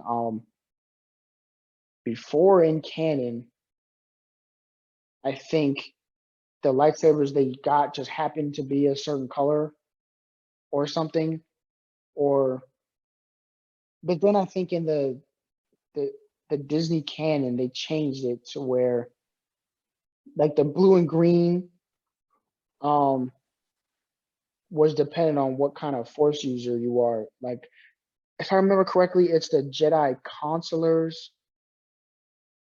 I forgot what the name is for the blue lightsaber people, but basically the blue lightsaber people are supposed to be more like better at combat, while green lightsaber people are better at force using. I think that's the Disney canon. But before people Okay. Okay. would just get a lightsaber color and that was the color. Like it just when they're going on your Yeah. mission and Uh, you pick up a lightsaber, a kyber crystal, Hmm. It could be green or blue or whatever, and that's just the color. But I don't know if you noticed the Jedi Sentinels from that are just in the Jedi Temple. They all have yellow Yeah, there's a lightsabers. yellow. They have But yellow. the difference between them is that they don't even go and make their own lightsaber. Those are just passed down Oh, okay. from like generation to generation. So yeah, then Disney changed it like where depending on what kind of force user you are, you turn the lightsaber crystal green or blue. And then Right. A Sith person like has to make it bleed or something. Like when Yeah. someone becomes a Sith, they have to get a crystal and then make it bleed, and that's how it turns red. But in the old canon, they made synthetic kyber crystals, and that's why they were red. So they weren't even like real. Really? They were yeah, like they made them in a lab, and that's why they were red. So I don't know. I don't really know which version I like better. I think they both kind of work in their own way, but yeah, that's the lightsaber color explanation. And yeah, So what? So what do you think about Visions. Visions? I really, I mean, of course, some of the episodes were better than others. Um, I think the worst episode was that episode where they were singing on Tatooine. Um, but I mean, animation wise, Yeah. just strictly animation, they were all top notch. I mean, Right. but story wise, I mean, there's some that are different. I think my favorite one is that first episode. I think that one had my favorite art style too, Right. or the one called The Elder, where What? where the Jedi and the Padawan fight that old dark side guy. And one of them was like a black dude. I'm trying to like describe it so you remember. It was like one Jedi and the Padawan was like a black dude, and they fight that old man. Those two I think were my favorite, but I'm glad that Oh. Yeah. Yeah. Yeah. yeah, I'm glad that that they made it because you never want the franchise to get stale. Yeah. Like they need to take some risk, but I'm also glad that there kind of was no risk because they allowed them to ignore canon and said, well, none of these things are canon, so you can ignore all the established rules of the force and everything and kind of just do your own thing. So I think that really worked for their favor. Just let people make something that they want to make and Right. ignore the established story, ignore the established rules. And that's why they call it visions, because it's what everybody their own vision for it is. Right. Right. So Right. I'm really glad they made it, and I hope we Me get too. another season of it because I want to see more.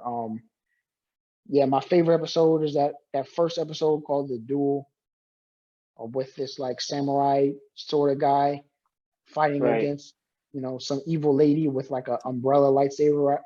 It was ridiculous, but who cares? Have some fun. Sometimes you just have to have fun, and that's what they were doing with this show. And like I said, I want to see more. So that's I all I think got for today, man. I mean, if you got anything else, I was gonna get my favorites real quick from Visions. go ahead, I man. did I did like the Duel. I thought the Duel, like, the animation style was ridiculous. I was like, yo, this is so good. Yeah, Um, I liked how and he the pulled his story, lightsaber out of sheath too. yeah. The I was gonna ask you, like, who do you think had the best lightsaber across across Visions? Because there were like a few, but Ooh, I was gonna say him because I was like, the fact that your lightsaber doesn't go down yeah, is kind that of was cool. cool. That was Yeah. cool. Um, and then another one that I like the Ninth Jedi because it was funny, Yeah. right? It was funny that the girl's dad was the sabersmith, right? And the way that he made the saber was that it would read the force within you, and then the it would turn whatever color Mm-hmm. was Mm-hmm. it would turn whatever color. Right. And So it then was stuff like that I like how they changed it from what the established thing is, but it works.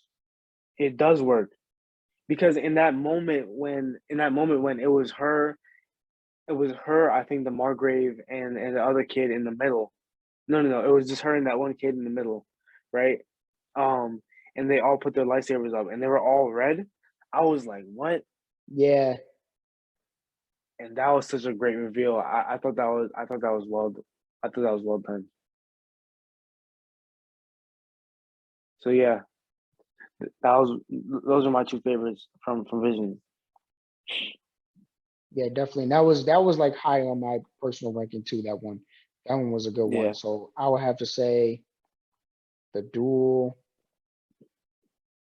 and that one was, I think it was called The Ninth Jedi. Yeah, Yeah, I would have to say it's like the Duel.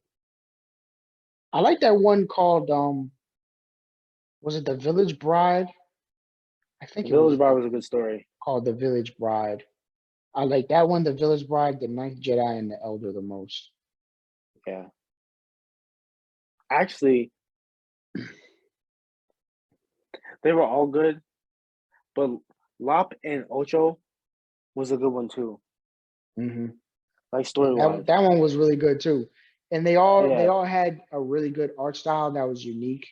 And the Hmm. animation, like I said before, was top notch in every single one. So yeah, Yeah. well that's it, man. Yeah. We've been up here for a while. I know. But like that's Star Wars for you. Star Wars will do that to you. Yeah, There's so definitely. much to talk about with Star Wars. Right. And Like there's even a lot that I didn't even get into. I could probably talk for another 2 hours. right. Nah, man, but this was fun. What's it called? For We definitely sure. got to pick up on Star Wars again. Probably when maybe when Boba Fett finishes, we might have like another Star Wars pod about that. And Um. we can well maybe we'll talk about Rebels a little bit too, because we didn't really talk Oh about yeah, Rebels. we didn't talk about Rebels. It's still the story the story within Rebels is definitely still important. So Hmm. we're definitely going to add a little bit of that in there as well. So like, stay tuned. We just got to stay tuned for what we got coming out next. Um, Did you see Rogue at One? I so all right. So all of those new movies that came out, I haven't or or I've seen them, but I've fallen asleep. Hmm. At least It's one watch of the Rogue two. One though, because Okay. Rogue One to me is the only, and we could even do a whole pod about this, but just the Disney movies. Rogue One's the only good one. It's the only one that I think is worth watching because it's actually a story that was worth telling, and it's Okay. the way it's connected to the movies is really good, and even just the characters in it. It's got interesting people. It's great looking movie, interesting story. I mean, yeah, at least watch Rogue One if you're not gonna All watch any of them. right, I'm gonna check out Rogue One. I'm gonna watch the rest eventually, but like I'm not in like a rush to watch the rest. But I'll definitely check out Rogue Well, One though. don't rush because you ain't rushing nowhere good. I'm telling you that right now. Oh man. But at Filmjet Pod on all the socials. Hmm. Um Follow us on there. And Twitter, also you can Instagram. right. I'm You posting can everything. I'm posting, art. I'm posting behind the scenes stuff, videos, pictures, anything that relates to, this movie and TV stuff. right. Um, we posting it, we talking to the people, and whatever. If there's something you want us to talk about, like I said, if there's something you want us to talk about, let us know. Comment on Instagram, Yeah, make hit sure us you up hit us on up. Twitter, DM us, whatever. We watching, we listening. So yeah, that's really all I got. At Filmjet All right. Pod on Twitter, Instagram, Mm-hmm. and we'll see you And next yeah, week. see you next week.